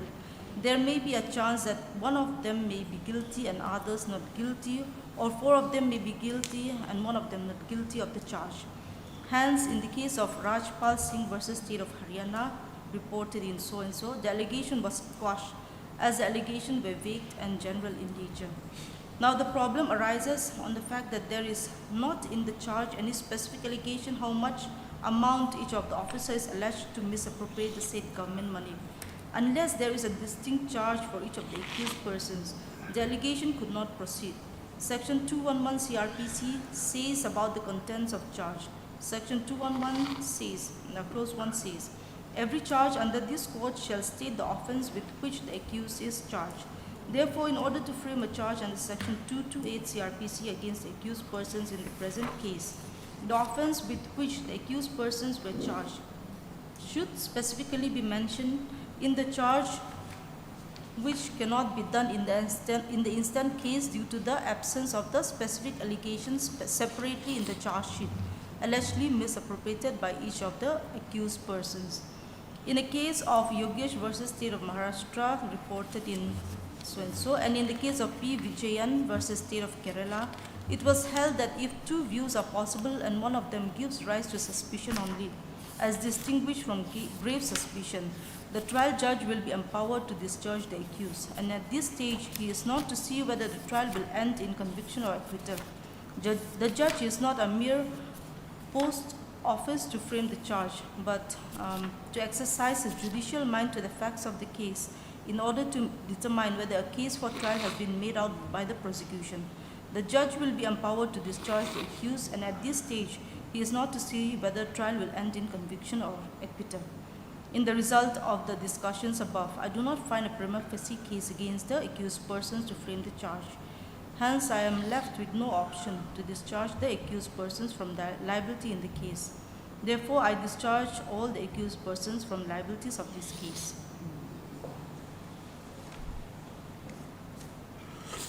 Specific accusations were not made. It's not made, madam. It cannot be made out since it was already disbursed to, it was written as disbursed.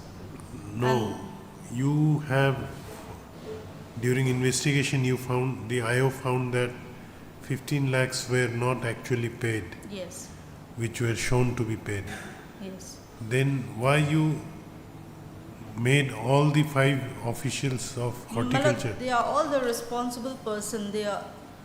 No, whether any investigation was done, so there is a possibility that one of them might have misappropriated. Other may not be involved. So the finding says that after interviewing some of the recipients who denied receiving the money, yes, you came to the conclusion that 15 lakhs plus were actually not paid. Then what investigation has revealed that who misappropriated this? You have made an accusation of criminal conspiracy also. Is there any material yes, my lord, from which it can be said that there was some conspiracy amongst these 5? On what basis you have leveled that accusation? Or now what is your submission? Where the trial court went wrong? my lord, yes, it's all in technical reasons that the trial court has discharged the accused. All what the prosecution wanted was charge to be framed at this stage, not to see that whether they can be convicted or not. What is the criteria for framing charges?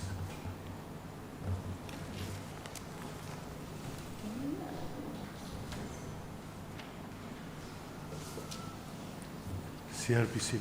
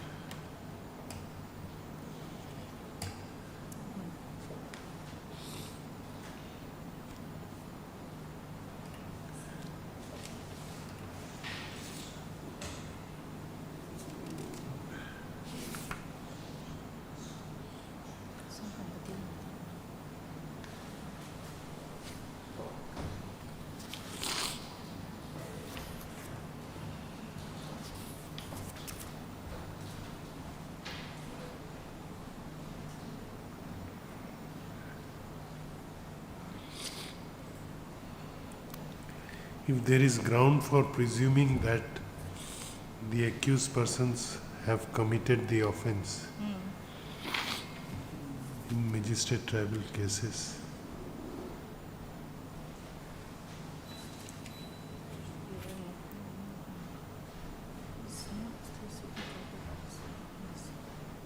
So, my lord, even in section 228 CRPC, it has been held that if there is ground for presuming, in our case, my lord, there's very good grounds for presuming that.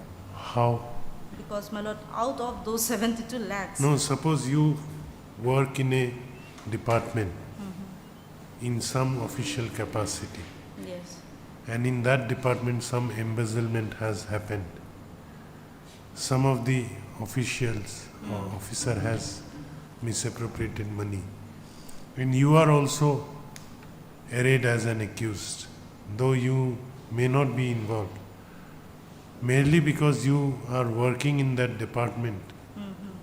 Whether, unless there is specific accusation against you, can you be arrayed as an accused? On that ground, trial court has discharged them, that there is no specific accusation.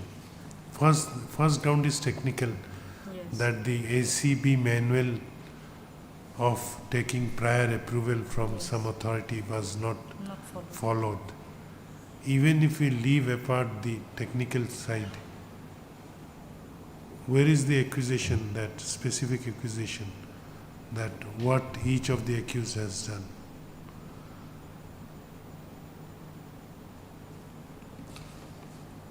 Who was entrusted to disburse the money?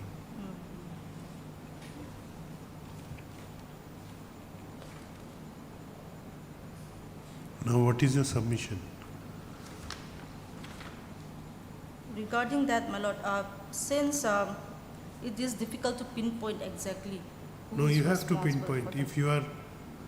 If you are making somebody accused, you have to tell him that this is the accusation against you. The reason is that, my lord, the incident happened during their tenure as horticulture officer under the Siaha district. They were all working as horticulture officer during those days, my lord. And they are all responsible, since money was received from the horticulture department. It was dispersed by the said officers.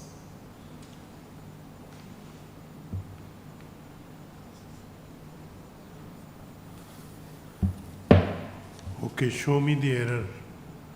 You have to show the error in the impugned order, where the trial court erred, so that this court exercises its revisional power. Firstly, Your Lordship, I'd like to say that the trial court has made a technical grounds for discharging the respondents, firstly, on technical grounds. Okay, that is one. Yes. These are all, my lord, we have submitted that these are all technical grounds in which they have been discharged. In regard to that, my lord, I'd like to produce some citation.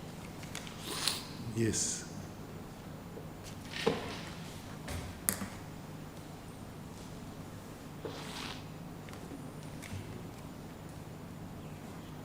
First, I'd like to produce this 2014 2 SCC 62.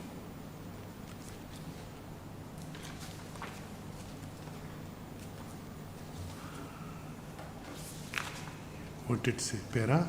Para 49. What it says? It says that, my lord, procedural laws must be liberally construed to serve as handmaid of justice at para 49.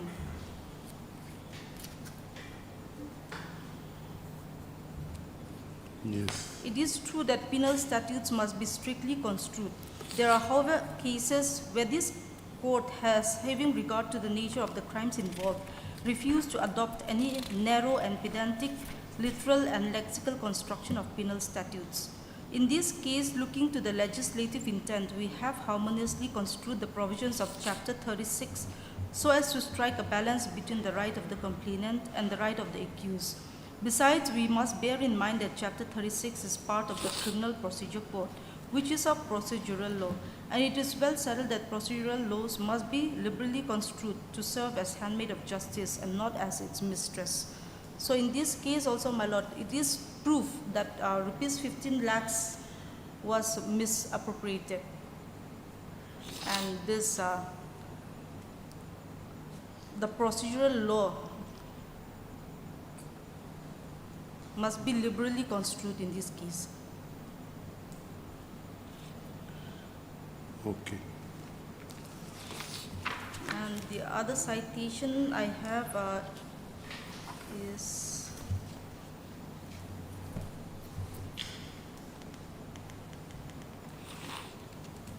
this is also with regard to the procedural law again. 2019 6 SCC 357.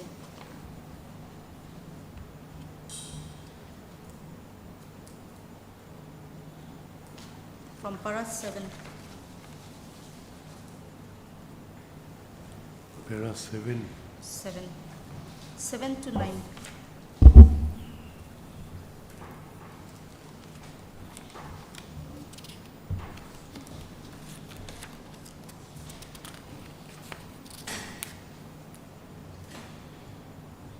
Yes.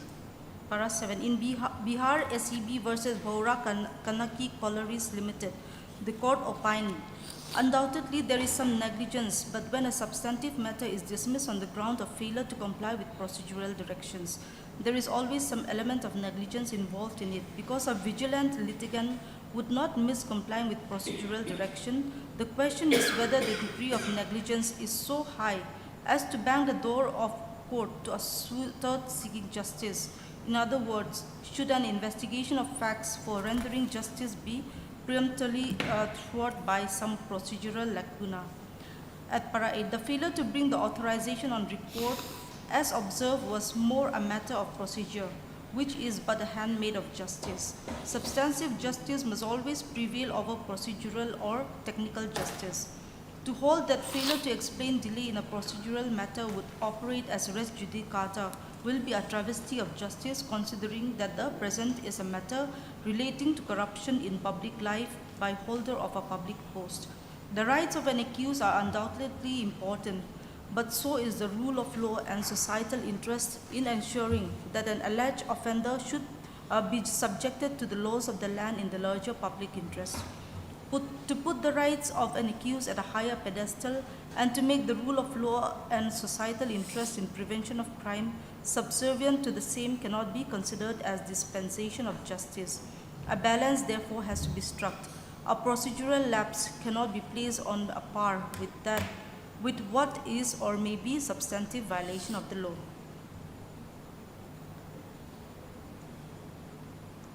In this case, my lord, at para 11, the appeal will therefore have to be allowed and the prosecution is permitted to bring the order of authorization for investigation on record. At a later stage, my lord, the prosecution was permitted to bring the order of authorization. And the other case I'd like to cite is 2019 Regarding? 13 SCC. Regarding this also, my lord, it's all procedure. yes, Procedure enough. You have already given two. One case is enough in Yes, ma'am. one. And regarding discharge, my lord, I'd like to produce this 2014-11 SCC 709.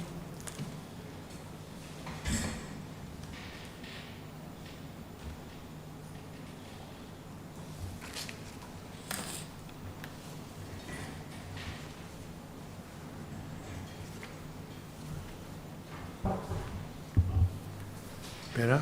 Para 29.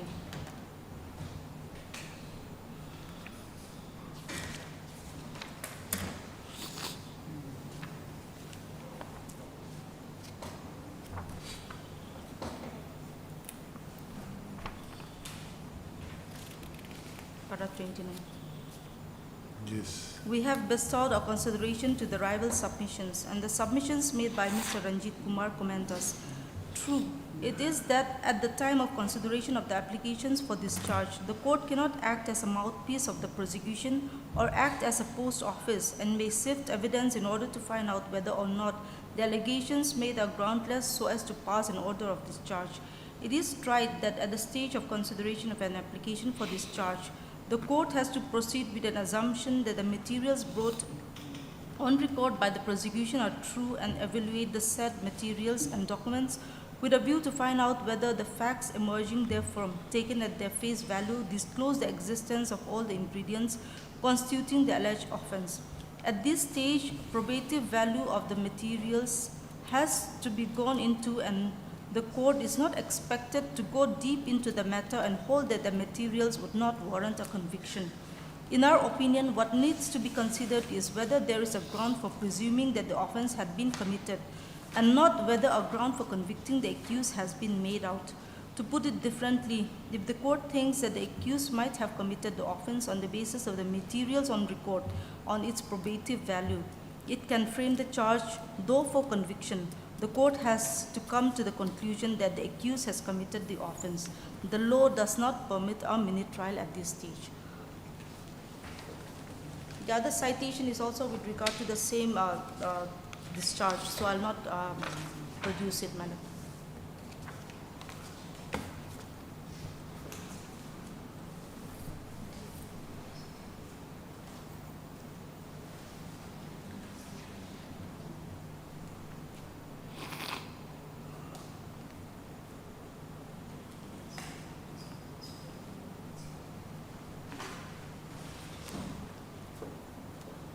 So, my lord, our case is that several monies, public monies were misappropriated. Out of those 72 lakhs, of rupees 15 something lakhs was misappropriated. And those responsible holding the post of those important posts under the horticulture department, they were investigated into. And we have investigated several other persons also. And on the basis of those, my lord, we have filed a charge sheet. The prosecution has filed a charge sheet against the respondents. And the trial court has mainly on technical grounds discharged all the respondents.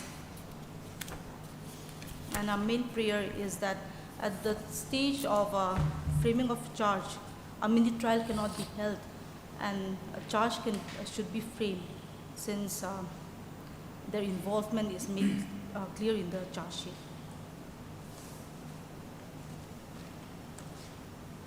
Read page 54 once again. Which one, madam? Page 54. 54.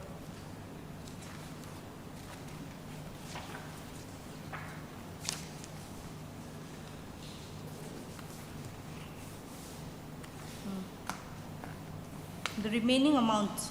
Yes. The remaining amount of rupees 15 lakhs 81,222 had been misappropriated by the accused persons for their own pecuniary benefits. All the accused persons, namely Arzotona, S.R. Lalrindiana, T. Vangupa, C. Ramrela, and number 5, C. Lianluaya, the then horticulture extension officer, were formally arrested on 2/7/2013 in connection with the instant case. They were released on bail as they had already accorded anticipatory bail by Honorable Sessions Court White Swenso, dated 26/10/2012. During investigation, it is found that the PIA had committed offense under section 468, 471, 477A IPC by forging signatures. What is of PIA? beneficiaries. PIA is the Project Implementing Authority. Okay. By forging signatures of beneficiaries and water development. Who is PIA? The PIA is mainly Arzotona. And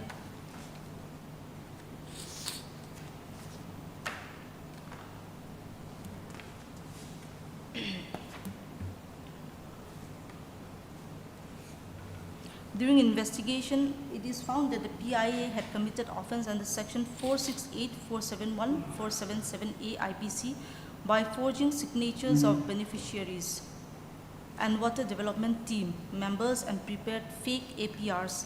Specimen signatures of 23 beneficiaries and approved signatures of 9 WDT members, employees of the PIA were collected and sent to Forensic Science Laboratory, ISOL, along with suspected APRs for comparison, and opinion handwriting expert from FSL, ISOL, opined that all the signatures of the APRs, except signatures of C. Labi, were forged by so. Mention may be made that as per handwriting expert opinion, beneficiaries and watershed committee leaders, especially from Lumbun village, who had admitted to have received the amount shown as paid to them and signed in the APRs while receiving the funds, do not match with their specific specimen signatures obtained during investigation. Further, Puarzo Tona, DHO Siha, had relinquished DHO Siha charges to SRL Rindiana, but had countersigned in the cash book PIA account till August 2006, September 2006, October 2006, November and December 2006 beyond his tenure as DHO Siha. Hence, a prima facie case is found well established against Arzo Tona, director, and SRL Lelrin Diana, the then DHO. T. Van Upa, he is the horticulture extension officer. C. Ramrela, horticulture extension officer, and C. Lian Luaya, assistant divisional horticulture officer.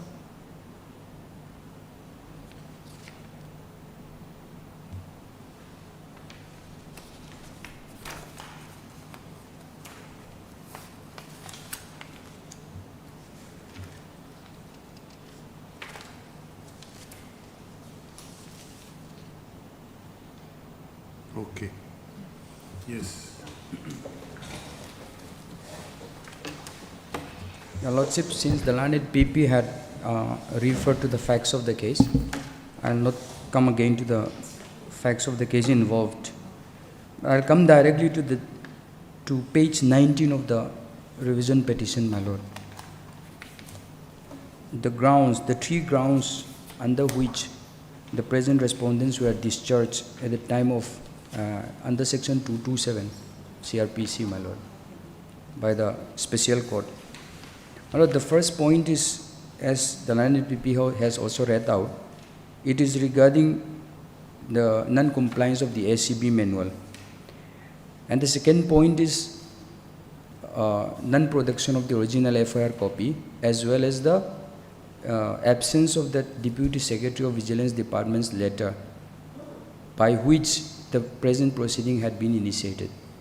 And there is the second point, the reason why the present respondents were discharged. The third point, my Lord, it touches upon the, so to say, merit of the case. This is the absence of the distinct accusations, charges against all the present respondents who were the accused before the trial court. And first I'll come to the third point, my Lord, regarding the absence of accusations.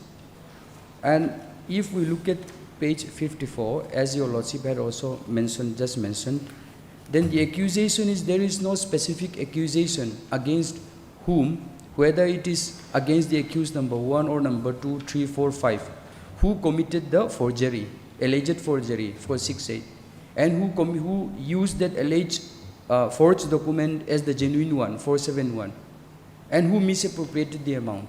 Nothing was mentioned specifically, my Lord. It was, in a blanket manner, it was altogether generally said that all the accused persons are liable for prosecution. So there is prima facie against all of them under these separate charges of sections of law, my Lord. So this is not possible at all, because it cannot be acceptable. I will be relying upon this to cut short my submission, my Lord.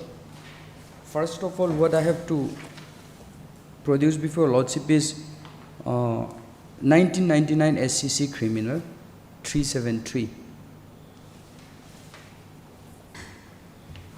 1999 SCC Criminal 373. Para 5.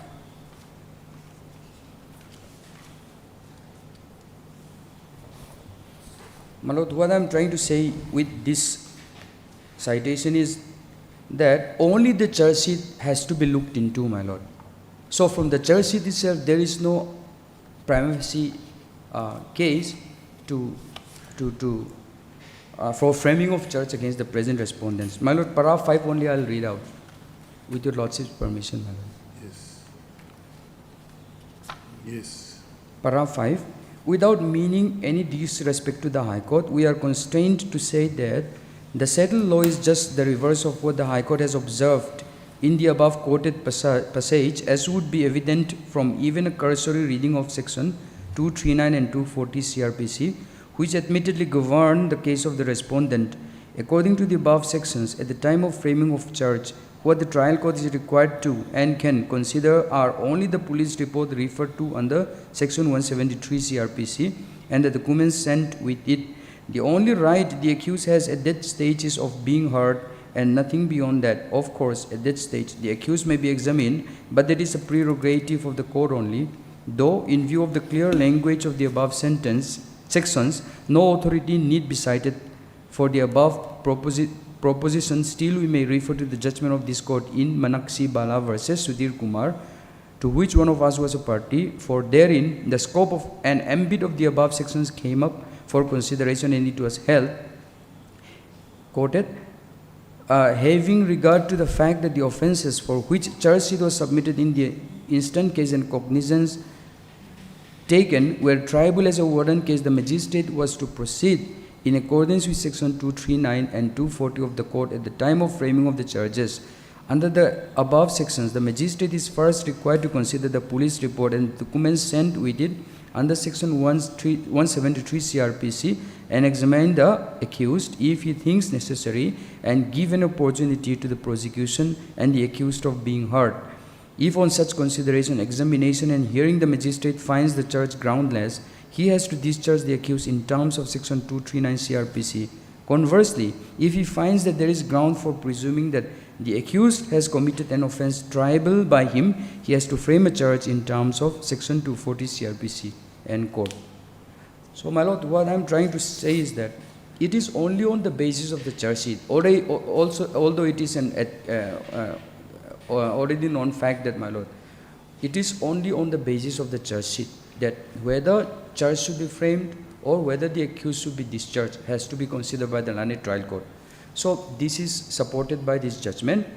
And now I'll come to this, the absence of the specific accusations, my lord, specific accusations and allegations against the which of the present respondents were the accused in the trial court, who committed that particular offenses. Nothing was mentioned in the charge sheet. With this, I'll be relying upon this, my lord, 2024 SCC online, SC 726. 2024 SCC online, SC 726. The Honorable Apex Court says, amongst others, my lord, para 31,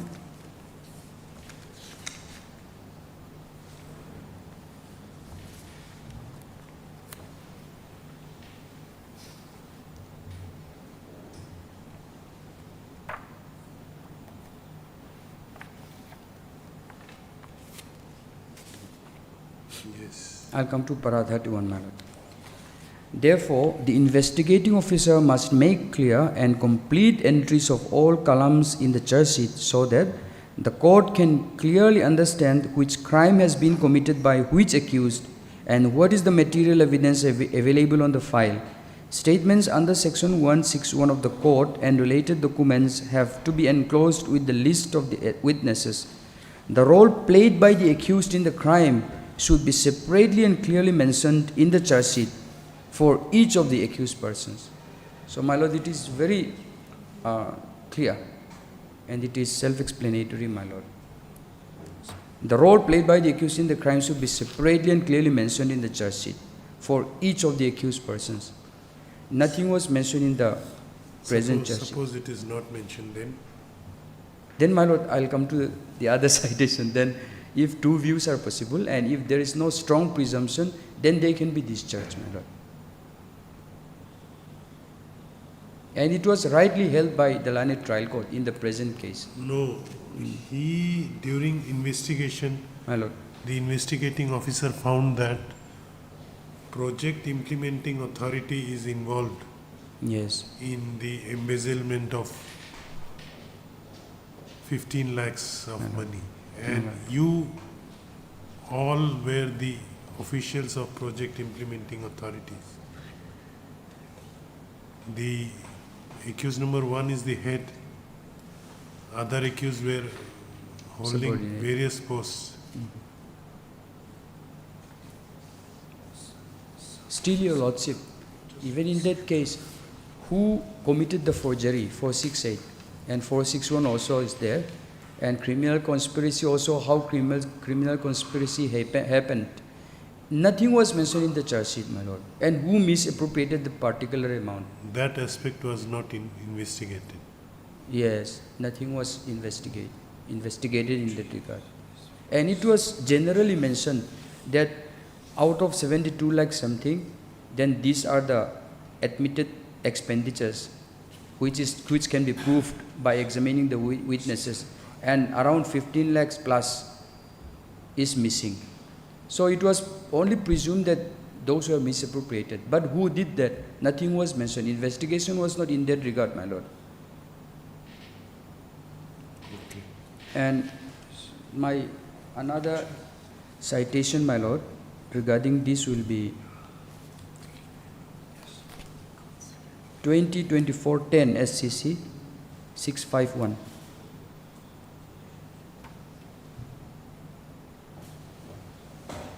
(2024-10 SCC 651).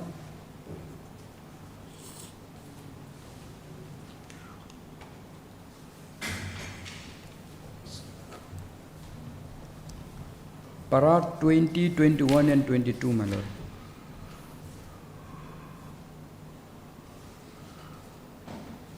(20, 21 and Yes, 20, 21 and 22. Yes, what it says. My lord, I'll come directly to para 20. May I read, my lord? Yes. We are in agreement with the said view taken by the High Court. At the same time, we would add that the strong suspicion, in order to be sufficient to frame a charge, should be based on the material brought on record by the prosecution and should not be based on suspicions and conjectures. In other words, in order to be a basis to frame charge, the strong suspicion should be the one emerging from the materials on record brought by the prosecution. In the decision in so and so, this court held that the word ground in section 227 CRPC did not mean a ground for conviction, but a ground for putting the accused on trial. In so and so, after extracting section 227 CRPC, this court in paras 10 and 11 held thus: if two views are possible and one of them gives rise to suspicion only, as distinguished from grave suspicion, the trial judge will be empowered to discharge the accused, and at this stage he is not to see whether the trial will end in conviction or acquittal. Further, the words "not sufficient ground for proceeding against the accused" clearly show that the judge is not a mere post of office to frame the charge at the behest of the prosecution, but has to exercise his judicial mind to the facts of the case in order to determine whether a case for trial has been made out by the prosecution. In assessing this fact, it is not necessary for the court to enter into the pros and cons of the matter or into a weighing and balancing of evidence and probabilities, which is really the function of the court after the trial starts. At the stage of section 227, the judge has merely to sift the evidence in order to find out whether or not there is sufficient ground for proceeding against the accused. In other words, the sufficiency of ground would take within its fold the nature of the evidence recorded by the police or the documents produced before the court, which ex facie disclose that there are suspicious circumstances against the accused so as to frame a charge against him. I'll stop here, my lord. And my lord, in this regard, the last citation will be this, with your lordship's permission, this Honorable Delhi High Court, my lord, 2022 SCC Online Delhi 2493. This is a short para. Para 9, 2022 SCC on 9 Delhi 2493.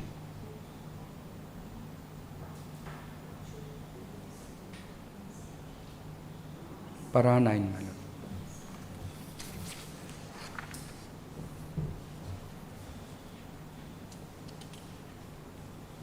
May I read, my lord, para 9? Yes.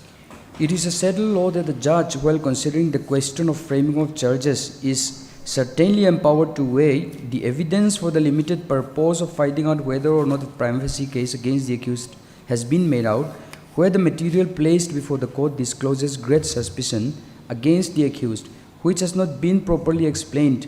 The court will be fully justified in framing the charge and proceeding with the trial.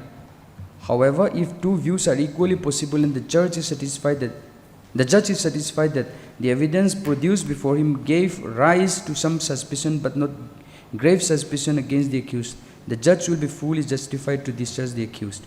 In exercise of jurisdiction under 227 of CRPC, the judge cannot act merely as the post office or a mouthpiece of the prosecution, but has to consider the broad probabilities of the case, the total effect of the evidence and the documents produced before the court, and should not make a roving inquiry into the pros and cons of the matter and weigh the evidence as if he was conducting a trial. So with this, my lord, the third point which I have mentioned it first, that is the absence of the prima facie case against the present accused persons, respondents, my lord, for framing of charge. It was absent in the charge sheet. So the learned trial court had correctly discharged the present respondents. And my lord, another point is regarding the non-production of the FIR copy in original form. Even if it could not be taken as a serious matter, but still, although the learned PP, I think she has pointed out, this is also technicality matter, my lord, but still, the letter of the Deputy Secretary of Vigilance Department, which initiated the present proceeding to make an inquiry against the present respondents, it was not found in the charge sheet. So this is pointed out by the learned trial court. So this has been taken as the one of the grounds for discharging the accused persons. So I would like to reiterate that point, my lord. So there is no illegality in that regard, that the decision made by the learned trial court, my lord. Okay. And the last point, which was firstly mentioned by me, my lord, is this has been explained in the, if I may take your lordship to page 16 of the revision petition. This was clearly mentioned by in the submission of the defense counsel before the trial court. Page 16, my lord. Yes. My lord, this is at para 6, the bottom of the page. Yes. I may read, my lord, this one. Yes. That the investigation conducted by the prosecution has no leg to stand, in as much as initiation proceedings were not taken up as per law and the mandatory provisions under Chapter 5 of the SCB manual have not been complied with. The said chapter reads, preliminary inquiries and investigation. The director or SP shall obtain approval of the chief vigilance officer before ordering preliminary inquiry, and shall also obtain approval to register preliminary inquiry to lay trap against an All India Services officers, heads of department, and joint secretary and above level officers. It may be pointed out that no such approval was obtained, and hence the prosecution case has no footing to proceed further against the accused persons. Furthermore, a copy of the original LFIR has not been included. I'll skip this part, my lord. So this is the submission, and submission of the learned counsel for the accused persons, and on this basis at page 19, the first point, the ground was mentioned for discharging the present respondents, my lord, and it was accepted by the learned trial court due to the fact that, my lord, the present respondent number 1 was the director at that time when the prosecution initiated your lordship. investigation during, even at that time also. He was the head of the department of the horticulture department. So SEB manual, prior approval to be taken from the chief vigilance officer, it was not there, it was not present. So with regard to technicalities also, my lord, what I am trying to say is that these are not mere technicalities which has to be looked into carefully for to tantamount to discharging of the present respondents. So there was no illegality, there is no illegality or wrong, my lord, to invoke the revisional power of this honorable court. So it may kindly be upheld. That is my prayer, lordship. And my lord, lastly, while saying that technicalities, that the absence of that prior approval, I may cite one. This is also mentioned in the present judgment, which is impugned to the state. 2014 volume 10 SCC 663.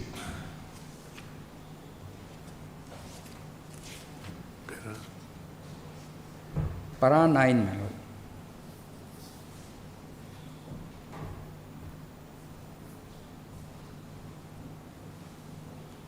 My lord, although this particularly mentions about quashing of the FIR, quashing of the case, in Para 9, my lord, in Nagawa versus Virana Sivanglingappa Konjalgi, this court enumerated the cases where an order of the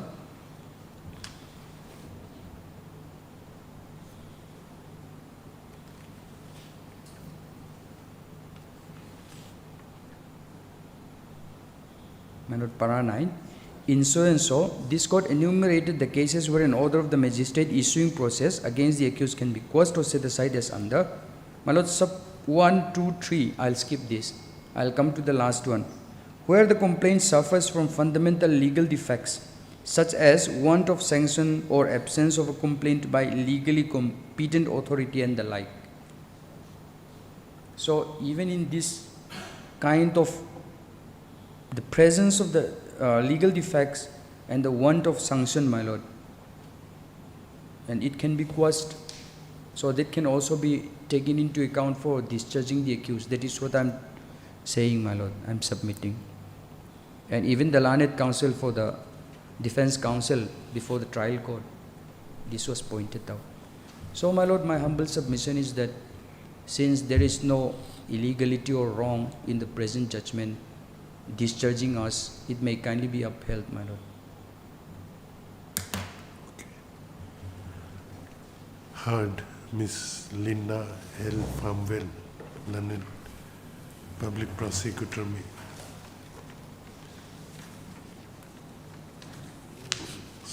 Stop. Also heard Miss B. Lalre Menga, London Counsel for Respondent number 1.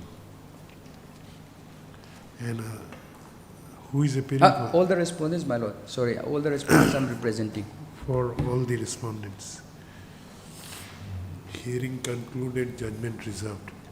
Your Lordship, though it's already wind up, I'd like to point out that I don't know whether why this paper book was made in this case, because statement of the present respondents are all recorded, my lord, but it's all in Mizo vernacular. That is why I did not point out.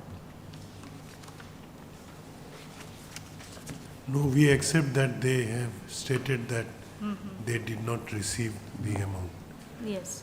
Statements of the respondents also, my lord, before the police. What they have said? Yes, my lord. In page 146, it's all in Mizo vernacular. That is why, But my lord, what they have stated?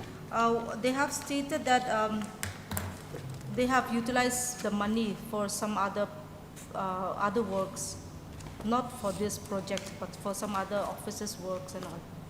For other? Office works, for buying some office stuff, office furnitures and all. And it has also been Who said pointed so? out. Who? My lord, the present respondent number 1. And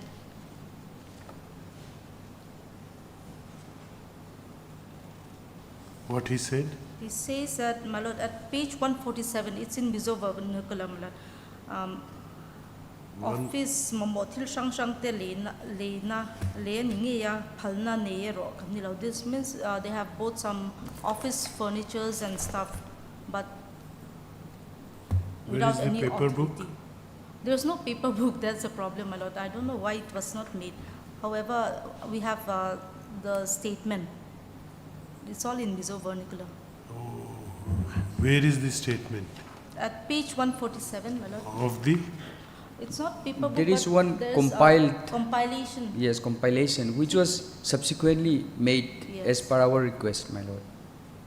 But It here, is- it's a It's bit, a thick it's a one. bit thick one, my lord. here, where is that?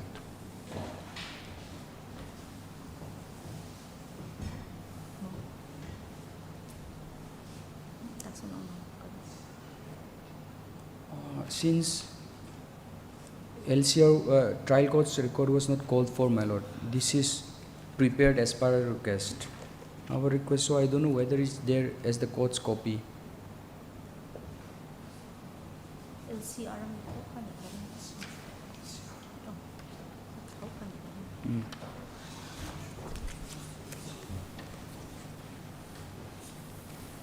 The first page starts with, my lord, final form at the head, at the heading. Yes.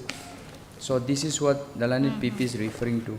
At page 146, I think the pagination is the same, my lord.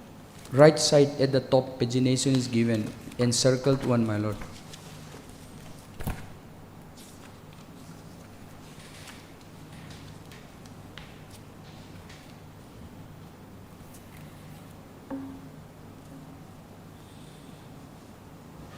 Oh, it is in Mizo language. Yes, my lord. I don't know why paper book was not made in the beginning. These are the statements which is very important for the prosecution. What he said? My lord, will see at page 147. At question number 4, my lord, the answer is that they have utilized it for several office office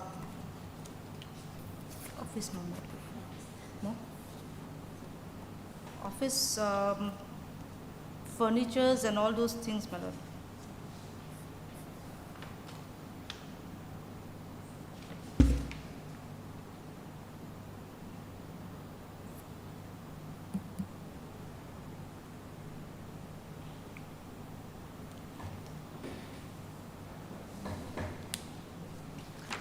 What was the question? The question is,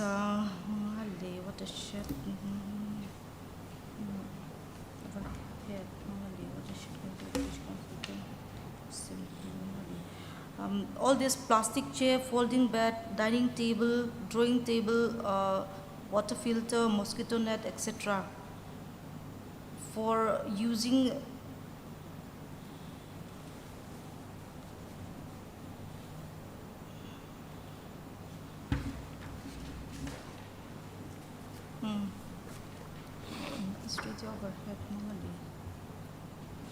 all this money that has been utilized, whether this is correct or not, and whether there is any authority,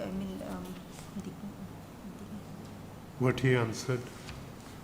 the answer is that they have bought all this water filter, dining table, everything, but they do not have any authority. Since the project fund does not permit buying all this stuff, they have utilized it. And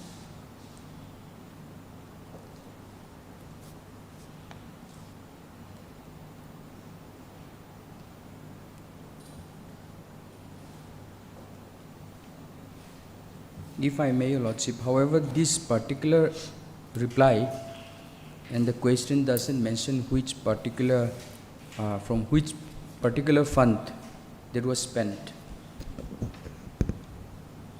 It speaks about 49,970 rupees.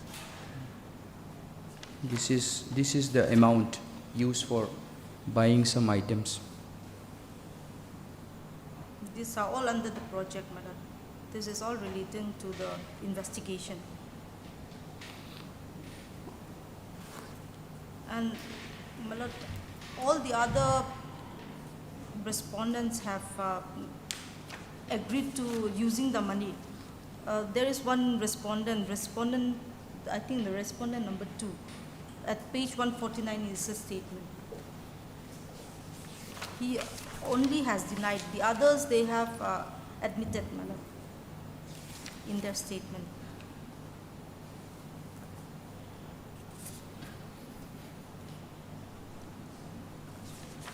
But it's very difficult to say because it's all in Mizo vernacular again, madam. But for you, Mizo is easy. Yes, I can So understand. for me, it may be difficult. Yes.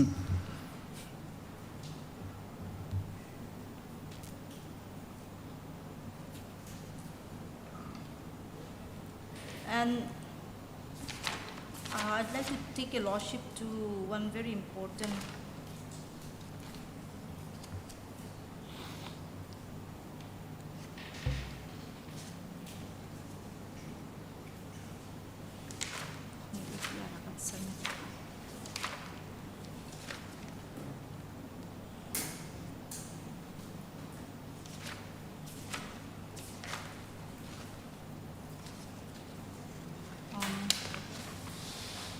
Your lordship may come to page 157. Yes. Now the question at number 2. Apoy sa fire indro swan DHO na trangin niya kishan na trangin indro. It's when you draw the money, whether it's from the DHO or from Acacia. And the answer is here project fund hi Acacia in a kollava. The Acacia is not involved in this case. The DHEO, Puti Valopa, it's with the DHEO. And from the DHO, that is a project leader, PIA, the money was withdrawn.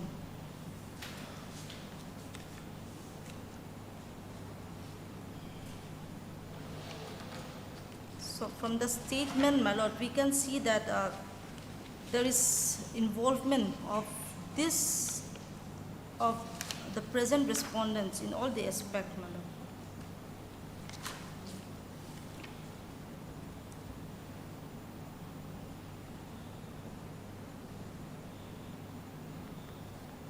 And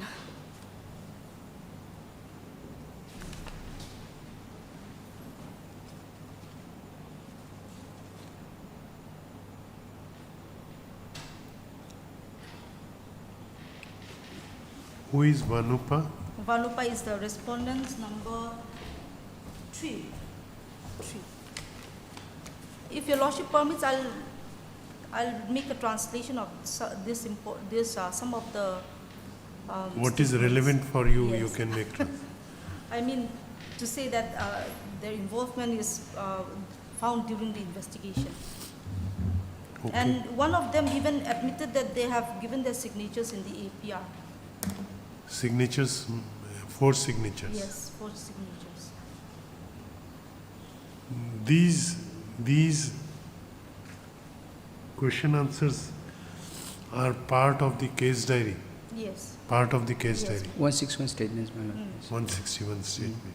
Yes. Then you make relevant translations of the relevant. Yes, I'll make a translation of their statements, 161. What is relevant for your case? Only that much. All right. Because Not- so many statements are Yes. Other statement which is not relevant may not be necessary. Alright. When can you do? Tomorrow. Wednesday, I'll try to produce it, madam. Because I have less days. Yes. Wednesday.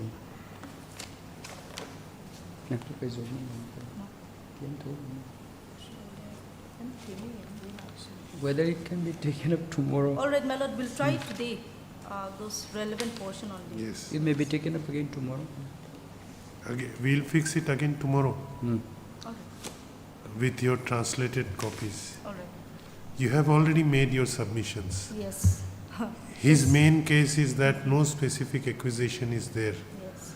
if you can show that there are materials on record which show that there is sufficient ground for proceeding against the present petitioners, then we can look into those materials. Heard, ये वो काट दीजिए. Learned public prosecutor has submitted that some of the relevant statements, some of the statements of the accused persons which were recorded under section 161 CRPC during the course of investigation, which is relevant in this case, is in Mizo language, and she prays for some time to produce the English translated version of those statements and to make some additional submissions. The prayer is allowed. You don't require the translated version. You also know Mizo. I may also be furnished, my lord. But you know Mizo. Yes, I can manage. No problem if it's not furnished to me. It is required for me only. Yes. But I may be allowed to further argue, my lord. Subject to what she argues. Yes, exactly. Let this matter be listed on tomorrow. Let this matter be listed again on 24th of June 2025. Yes. As part heard matter. Yes. My lord, with apologies, item 2 may kindly be taken up after vacation, my lord, because this the leading counsel is from Guwahati, Mr. B.K. Mahajan. Heard Mr. B. Lalring Menga, learned counsel for the appellant, who prays for an adjournment on the ground that the leading conducting counsel for the appellant is an outstation counsel And he has personal difficulties, ma'am. and has some personal difficulties today. Stop. Considering the submissions, the prayer is allowed. Let this matter be listed after 3 weeks. Yes, ma'am. After ensuing vacation, ma'am. 3 weeks, it will cover. Much obliged.